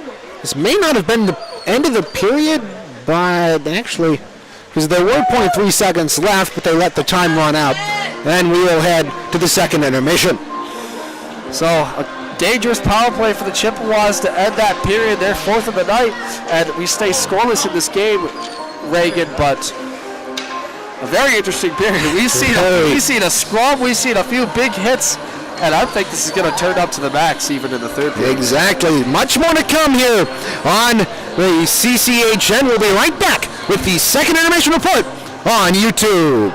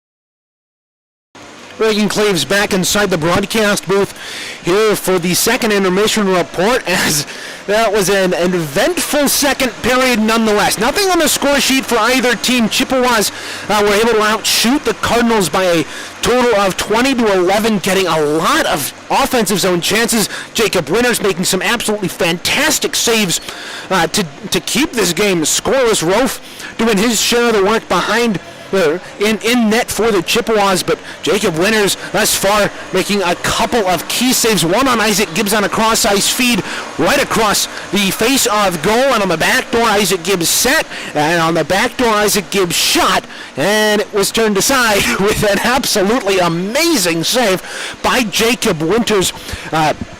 Definitely the save of the year, at least what I've seen out of any game here at Martin or involving Central Michigan's D3 side. There were some eventful penalties in that second period. Rayner went off for a cross-check at 5:41. Chippewas couldn't do anything with that. Nemeth then went off for a trip at 9:31. Again, Chippewas couldn't do anything with that. That set them at 0 for 3 on the evening. And then at 16:40, with 3 minutes and 20 seconds left in the second period, Ben Hrykuk got cross-checked by Morgan behind the Saginaw Valley net.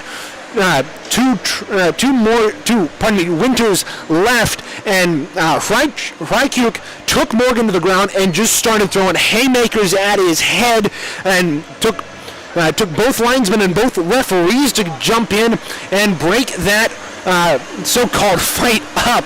And Hrykuk and Morgan both ended up getting 2 minutes for roughing, a 10-minute misconduct, and a 2-minute unsportsmanlike conduct penalty. Both teams skated 5-a-side. In my opinion, Hrykuk needs to get a match penalty for that. Referees, if they don't start enforcing this a little bit more, they might lose control of this hockey game. And so Ben Hrykuk will be out with a 10-minute misconduct, and as well as Morgan. But the question is whether or not that will turn into a game misconduct for Hrykuk, or if it will be reviewed for further suspension. Then at 18:33, with a minute and a half left, the Chippewas were able to draw a penalty. Sheahan went off for interference, and that put the Chippewas on the power play. They have 33 seconds left on that and a fresh sheet of ice to start this third period. Taking a look at the out-of-town scoreboard here, Grand Rapids Griffins on Wednesday fell to the Chicago Wolves by a final of 3-0. They are back in action tomorrow night against the Admirals at 7 p.m. You can listen to that game on on the iHeartRadio app. If you go to Wood 1300 106.9 FM, the Grand Rapids flagship for the Griffins. If they are not on there, then you can go ahead and check out 96.1 The Game. The Griffins are also in action on Sunday, October 31st, for a 4 p.m. puck drop there. As for the Saginaw Spirit, they are in action on Wednesday, the 3rd of November at 7:07 p.m. That'll be a road game for them. You can listen to Joe Butano on the call at 100.5 FM, 790 AM WSGW. As for the Red Wings, they are coming off of a 3-2 win over Washington back on Wednesday. They are in action tonight at 7 p.m. To host the 7-0 Panthers. The Red Wings themselves sit at 4-3-1. You can listen to that game in the either in the NHL app, or if you're in the Detroit area on FM 97.1. Taking a look around the NHL tonight, Red Wings and Panthers at 7 p.m., along with the Blue Jackets at the Rangers, Coyotes at the Capitals, Blackhawks at the Hurricanes, Ducks and the Golden Knights starting off the 8 o'clock hour, along with the Senators and the Stars. Only those 6 games going on tonight. Well, that will do it for our second intermission report. We'll step aside, but stand by. We'll be right back with the action of the third period live on CCHN.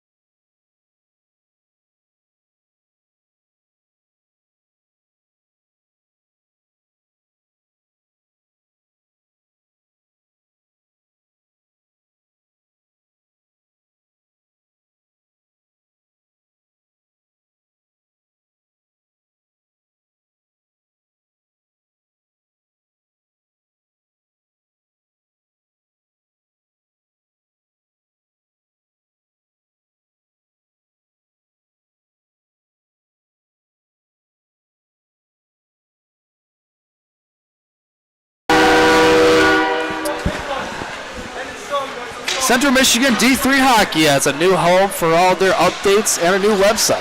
If you're looking for game reports, stats, schedules, and more, take a trip to cmichicehockey.com. There you can find those and much more, including player information, recruiting information, apparel, and more.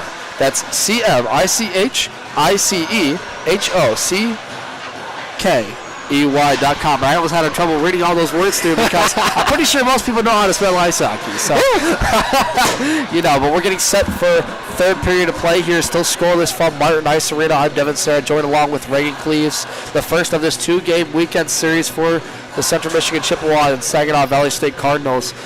So far, Regan, it's been a very close-knit game. Both teams getting good offensive pressure, good on their penalty kills, and Chippewa's going to go to a power play here. Yeah, and the shots are almost dead even through 40 minutes, 34-30 in favor of Central Michigan.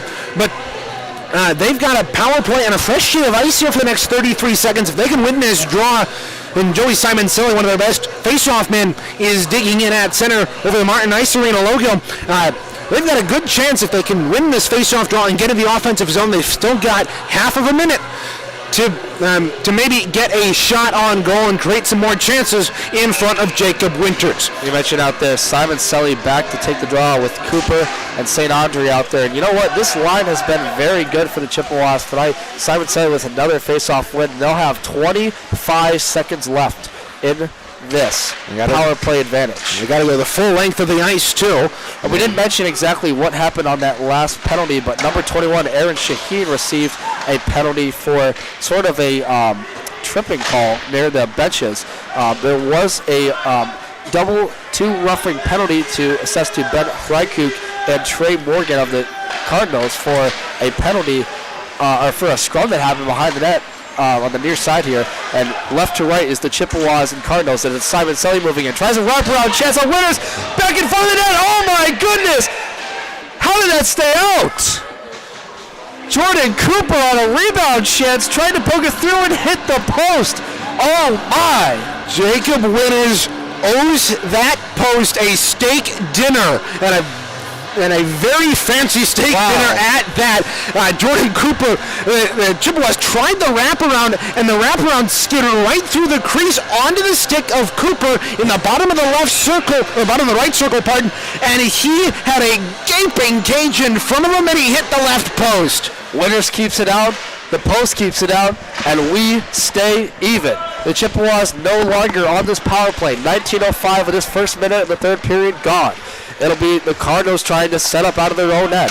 It'll be Garrett Sawyer moving it up, trying a long stretch pass to Cutler that was cut off there by Simon Selly. Still out there for the Chippewas, this top line, and no now set up in their end.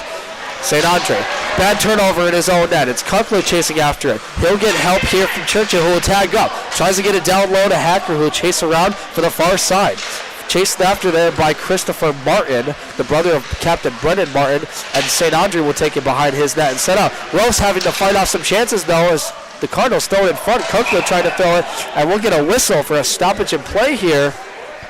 Referees are skidding around. We haven't seen a motion yet, or have we? They're going to call a hand pass, but unless I'm mistaken, hand passes are typically allowed in the defensive end, but they whistled this one down. Maybe they ruled that he closed his hand on the puck. It might have been that. Yeah. It looks like Jordan Cooper tried to get it out of the zone with a little bit and he tried to throw it. Tried to throw it, kind of. Well, yeah. I mean, you can't throw the puck. You know, that's not a great. There's a reason you have a stick in your hand. Shot taken there from the point by Hudson, or rather Nick Broski, and this long stretch pass to the other side missed to Churchill, and it'll come back the other way for stoppage.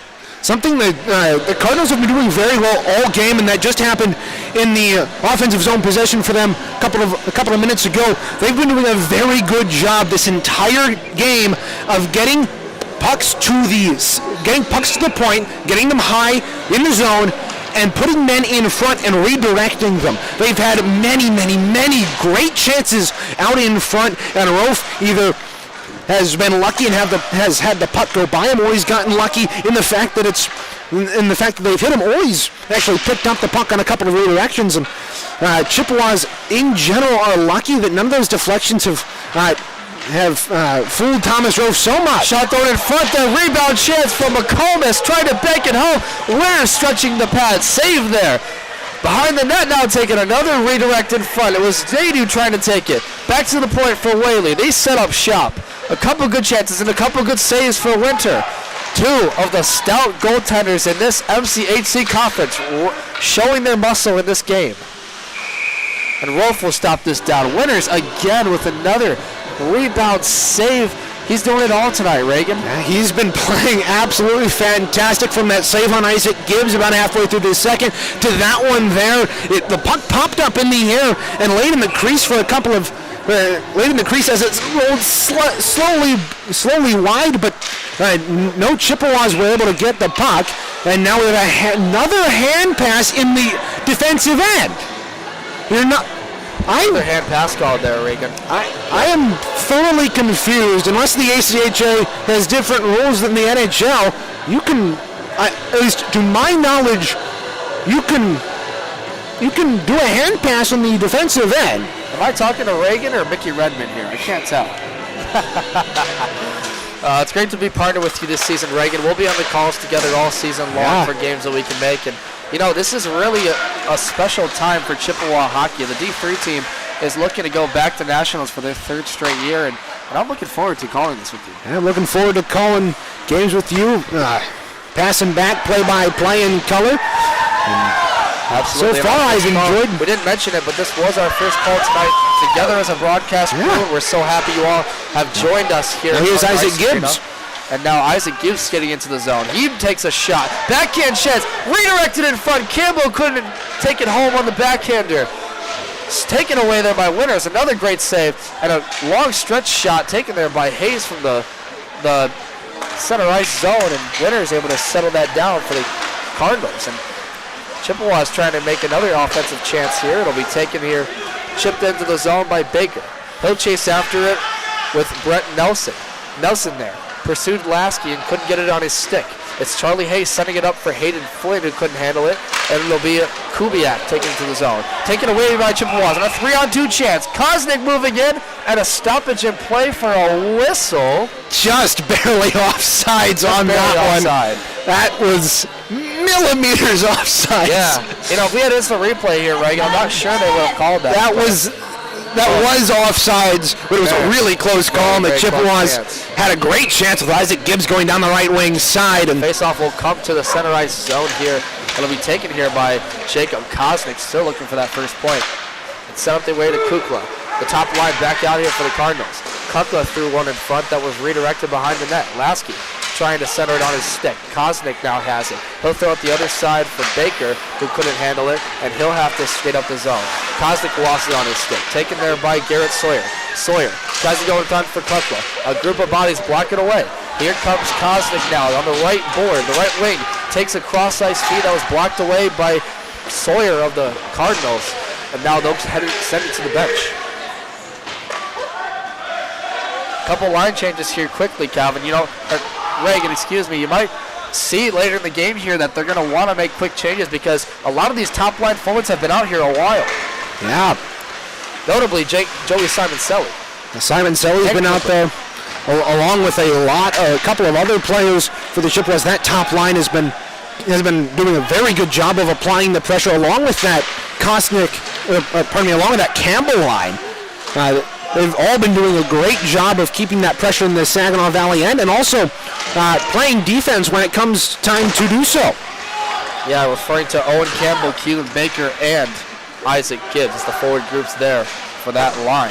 As Jordan Cooper takes a board pass that missed him, comes out the center. It's not controlled here. Finally, it is by McClellan. McClellan moves in his own wrist shot, taken there by the Saginaw. Forward, Carter now has it. Saved there by Rowe. Good job to get it on his glove. Now it's Christopher Martin fighting it off. Chips this one out of the zone. It'll come to St. Andre. St. Andre makes a nice move to get around Carter. St. Andre on a 1-on-4, deking, backhanding, forehanding. My goodness, trying to move in the zone.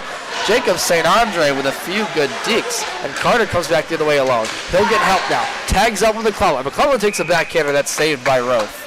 And for Rowe, that glove save right there is what he wanted to do on that shot from the top of the left wing circle back a couple of moments ago when the Cardinals had an offensive presence, and he made the glove save, but couldn't get it, but couldn't close his glove on it, and popped right out. And Saginaw Valley Cardinal was right on the back doorstep, and he wasn't able to grab it, but.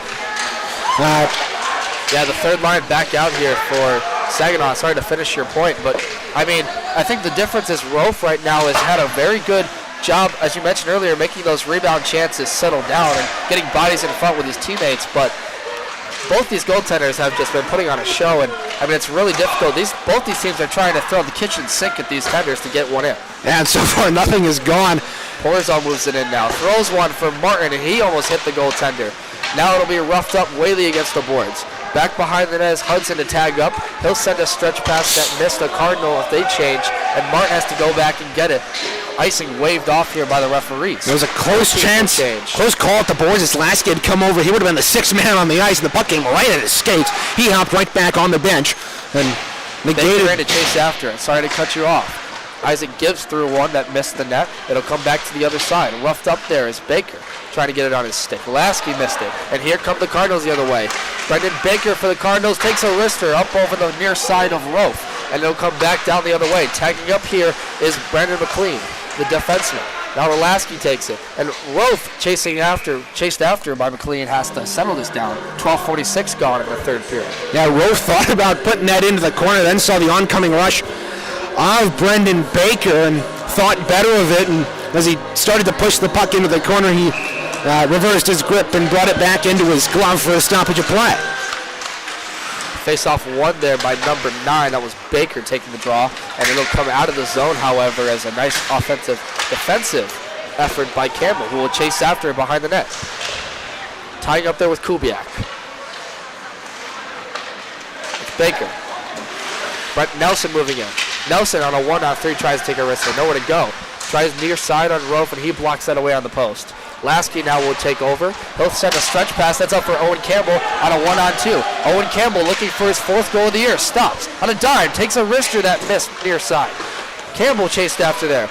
Chased by Sheahan now. Kubiak coming after. Behind the net, it's once again Isaac Gibbs. Throws one in front for Cooper that missed the net. On the other side, it's Campbell chasing after it at the boards near side. And a Cardinal will throw this back out, and they'll finally get a change after a tired shift right there. Good offensive pressure by the Chippewas. That'll actually be an icing, so Cardinals won't be able to change their lines. They won't. Yeah, they have to come back out. This group is tired out here. It's Kukla's line, the top line. Sawyer, Kukla. We haven't said this guy's name much tonight, but Zach Dorncipher, the forward from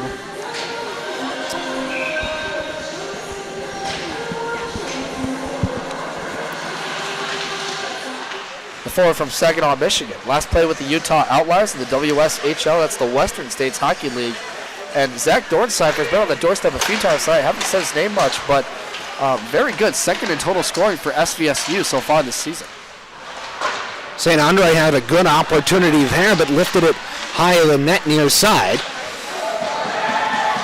And they'll come back out the other way. Here comes Baker with a shot, or rather, Hacker, took a one opportunity chance, and it was blocked off by Rofe. Yeah. Now it comes through to Simon Selly trying to get in the zone, and they'll stop it, and they'll have to tag up for the Cardinals. And a great play there by Thomas Rofe to kick out that right pad. Icing on the Cardinals here.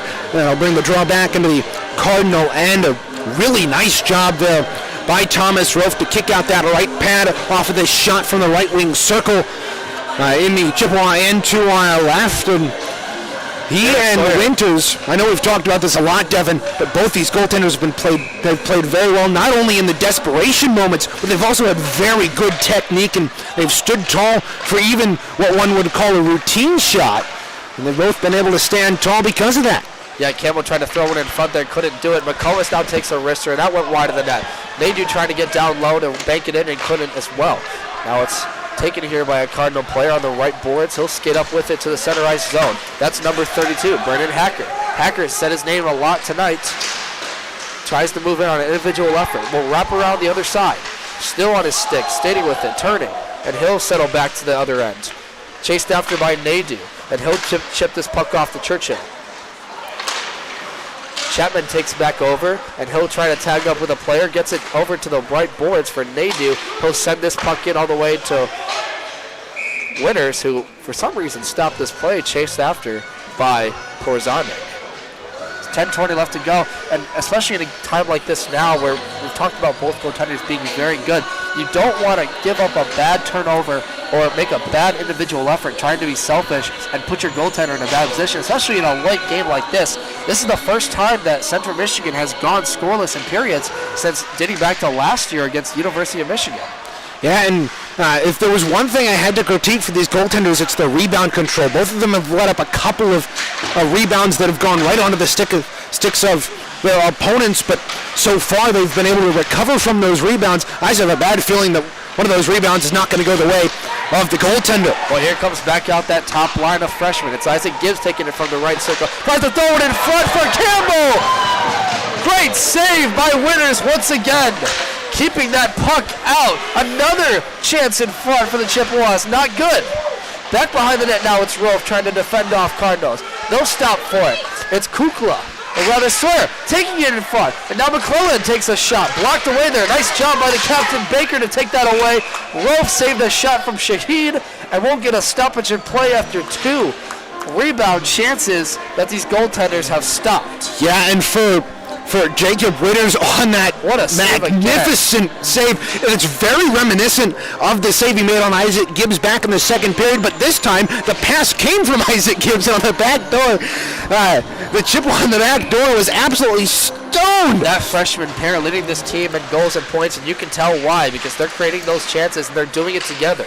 And that pair is going to be a group all season long that they look for scoring. And not only Chippewa's got to come up here. And not only in the rest of the season, but also a very Chippewas are fortunate, being that both of them are freshmen, and for the next 4 years, that'll be a really good pairing to watch. And if they stay on the same line, they could develop some massive chemistry. Yeah, you're right. You know, we talked about this freshman group consisting of Aiden Gosdecki, Isaac Gibbs, Jacob Kosnick, and Owen Campbell. And a lot of these forwards, you know, when they came in, we weren't really sure what the production was going to look like. We knew they were all very stout in high school as forwards, but already they're showing their might as Chippewas and very needed for this team. And we need a goal from them right now as Simon Selly tries to chase after it in the Cardinals zone.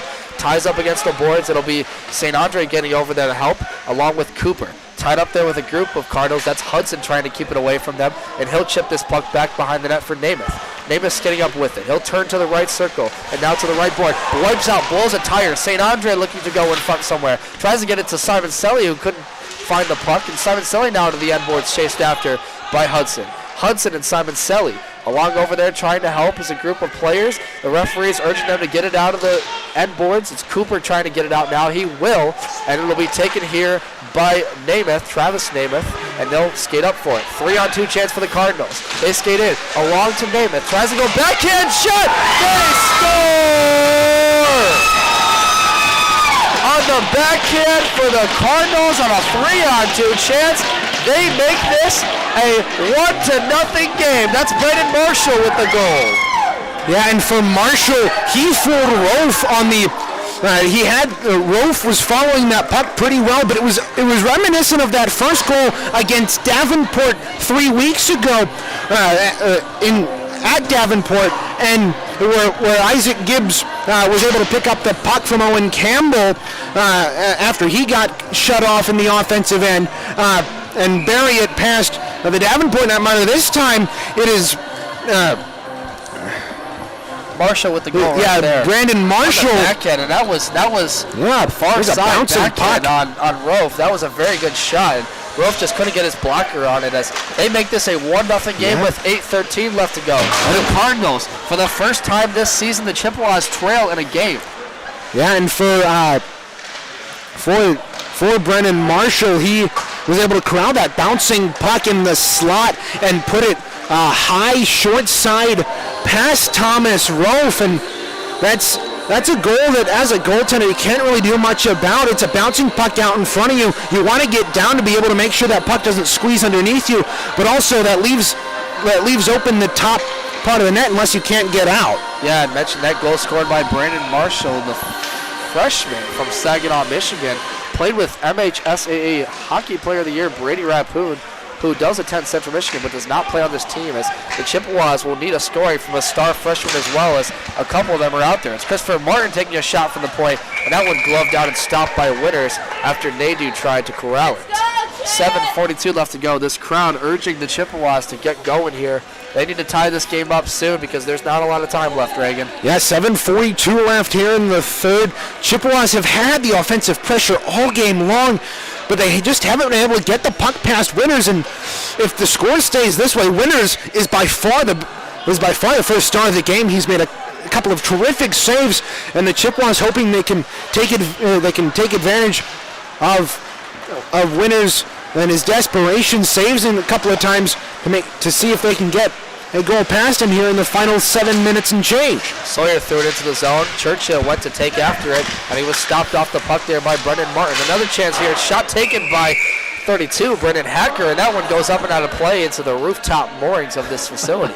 It actually went up into the rafters, but there's a netting on the second from the left rafter, and it went up through a hole. That was Sawyer trying to get it up with a stick, trying to knock it back down. It went up into it's all happening in the ACHA.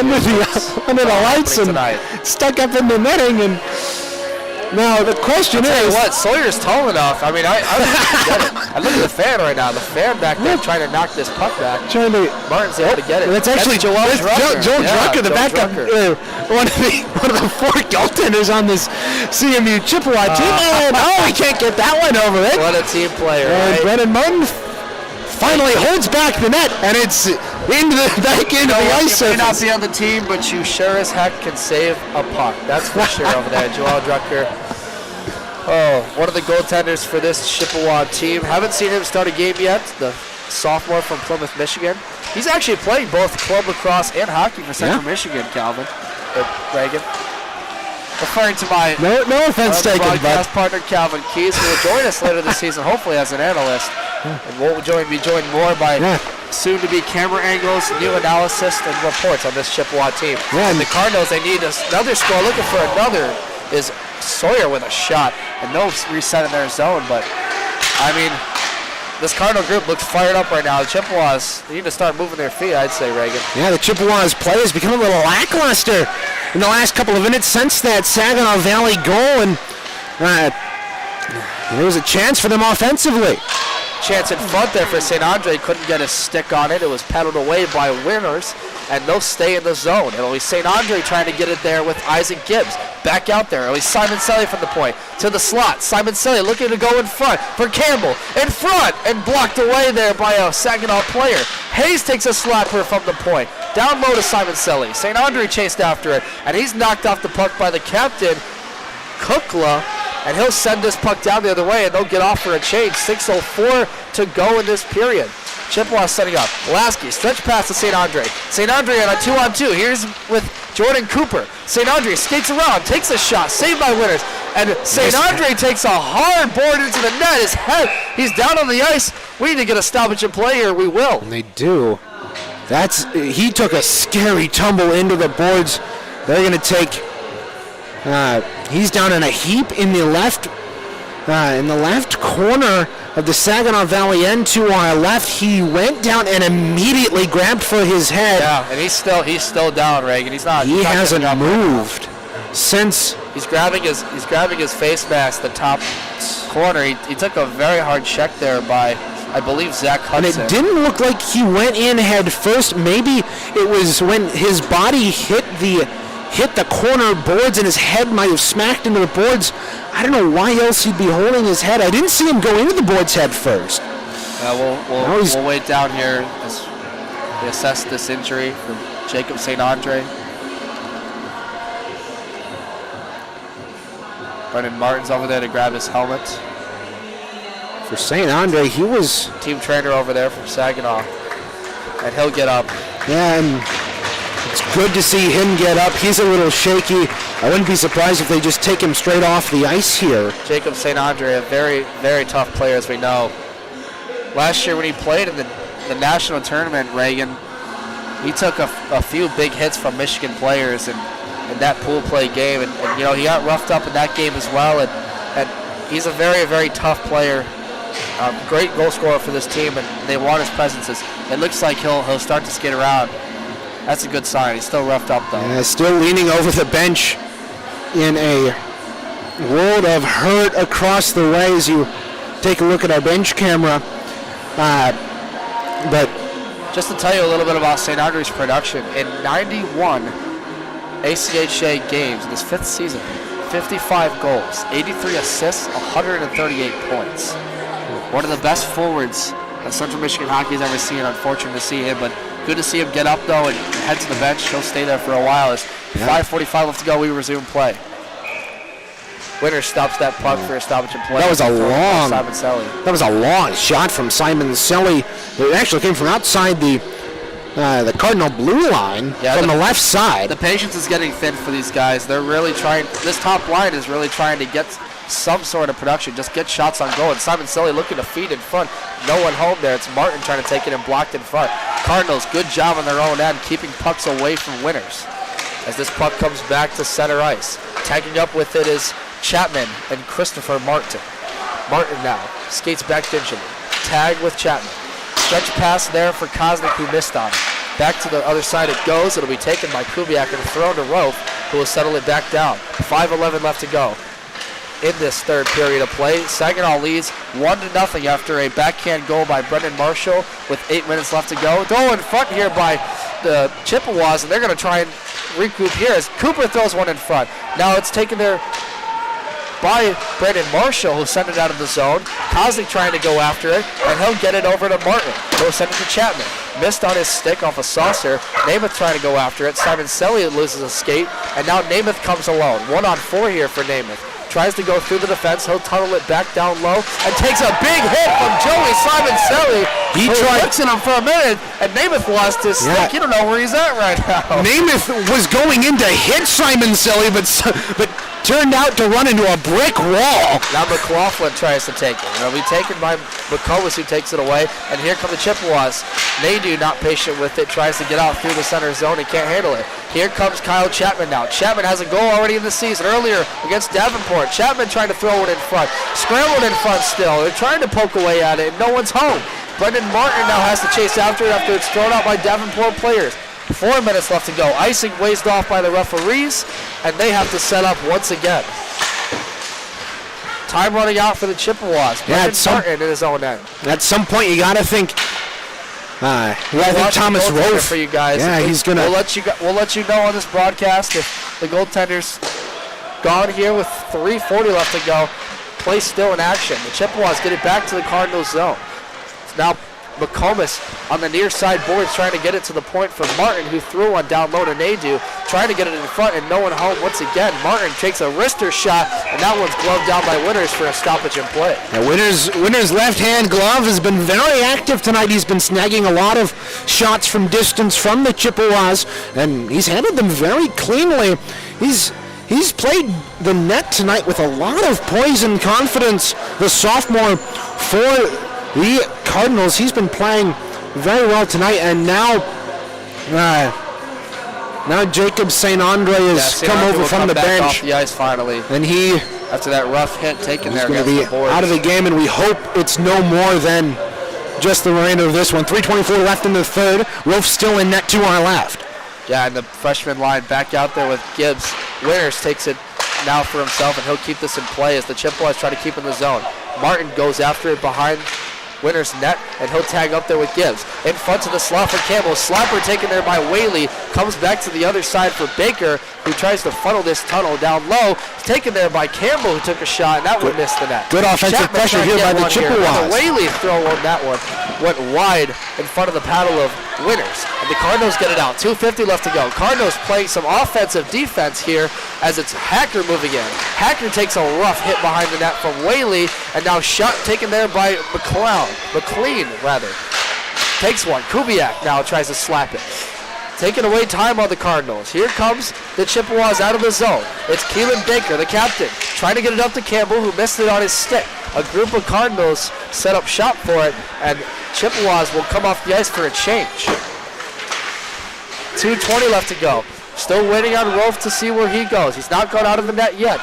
Coach Tyler Cataline waiting poised to see if his team can make any sort of pressure. They have to get it out of the zone to avoid an offside.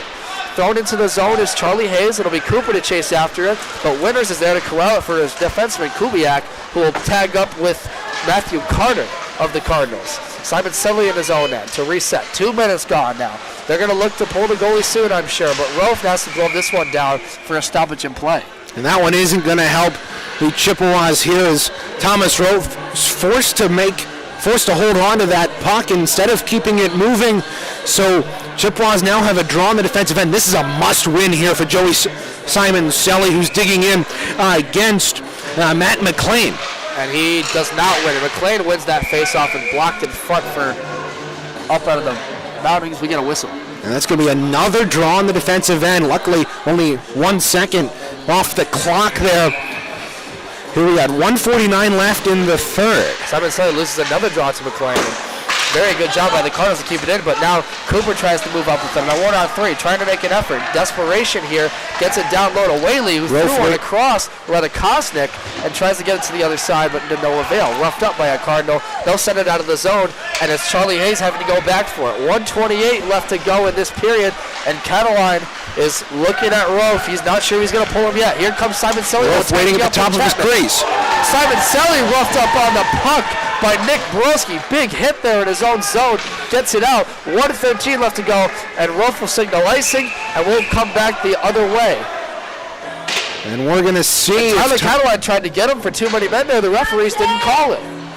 And now almost too many men for the Cardinals. That was a close call. That was a close call. Thomas Rolf will now go to the bench. 6 attackers now for the Chippewas. 6-on-5 here. He's going to put his top group back out here. Isaac Gibbs on the ice. It'll be St. Andre hopefully to take.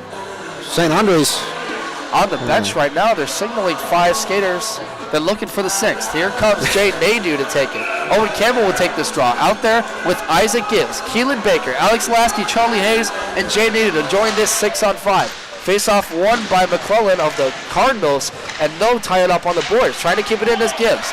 Gibbs can't do it, and it'll be Lasky having to come back and take after it. 1 minute left to go in this third period. The Chippewas looking for any way they can tie this game up with the goaltender pulling. Rolf to the bench.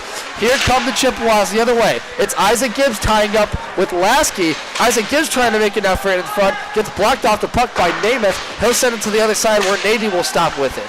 Nadeau fought off there by a group of Cardinals. It's Kubiak chasing after it. Nadeau ahead for Sheahan.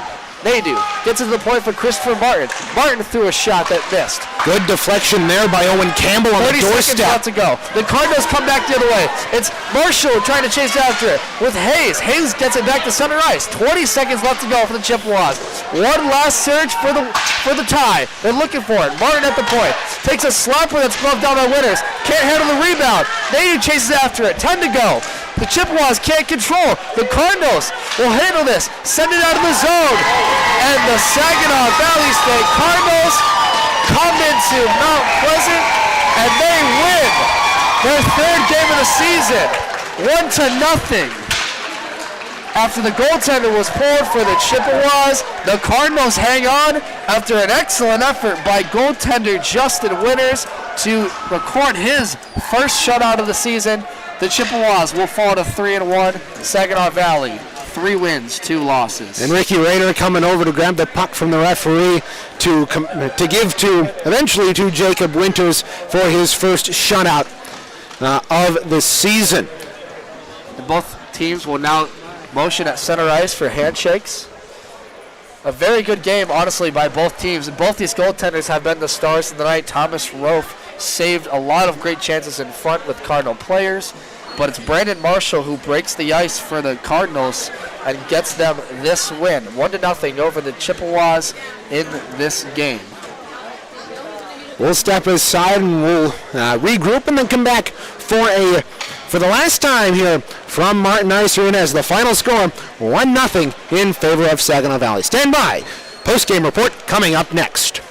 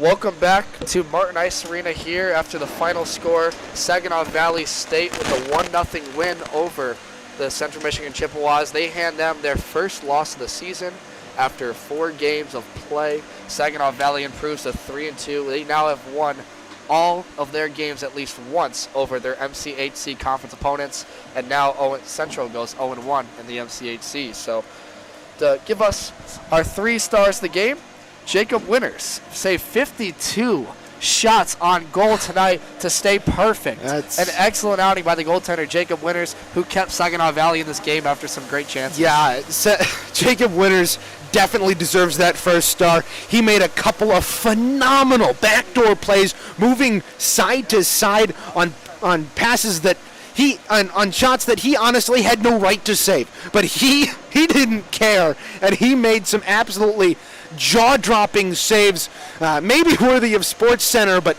he really stood on his head, stopping 52 shots. The Chippewas poured on shots. They got outshot in the first period, but then in the second and third, outshot the Cardinals 20-11 and 18-11. And Jacob Winters played very well tonight and contributed very much to that Saginaw Valley win. As for the second star of the game, it is number 18, number 8, the goal scorer tonight, Brandon Marshall. You should know. I mean, he's had the only goal tonight. But yes, Brandon Marshall, you're right, had the game-winning goal tonight off a backhander. Absolute roofed it on Rofe and put it away. Yeah, and speaking of Rofe, he is our third star of the game. He, like Winters, stood on his head, made a couple of key saves late in that game to keep the Chippewas within 1 after letting up that fluky goal from Marshall, and he stopped 40 out of 41 for shots that he faced. That's good for a .975 save percentage. Final stat line for both goaltenders tonight. Jacob Winters with 52 saves shutout, his first of the season, stays perfect in his outing tonight. Thomas Rofe with saved 40 on 41 shots, as Reagan mentioned, with a .975 save percentage. And Brandon Marshall, the only goal tonight, with the game-winning goal to put this one away.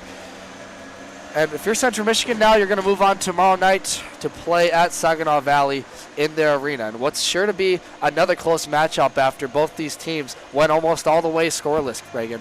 Yeah, and especially going into a hostile barn. That Saginaw Bay Arena is well known, at least in the MCHC, for turning out massive crowds. We're going to be right above their section tomorrow. It's going to be loud up there. You'll definitely be able to hear them over the airwaves. But also, one thing you want to look out for if you're the Chippewas is to watch the amount of shots you let up from the point that turn into deflections, because that was something Saginaw did very well tonight. They were able to get pucks high and allow their defensemen or their forwards playing up at the line to get shots from distance in on Rofe, and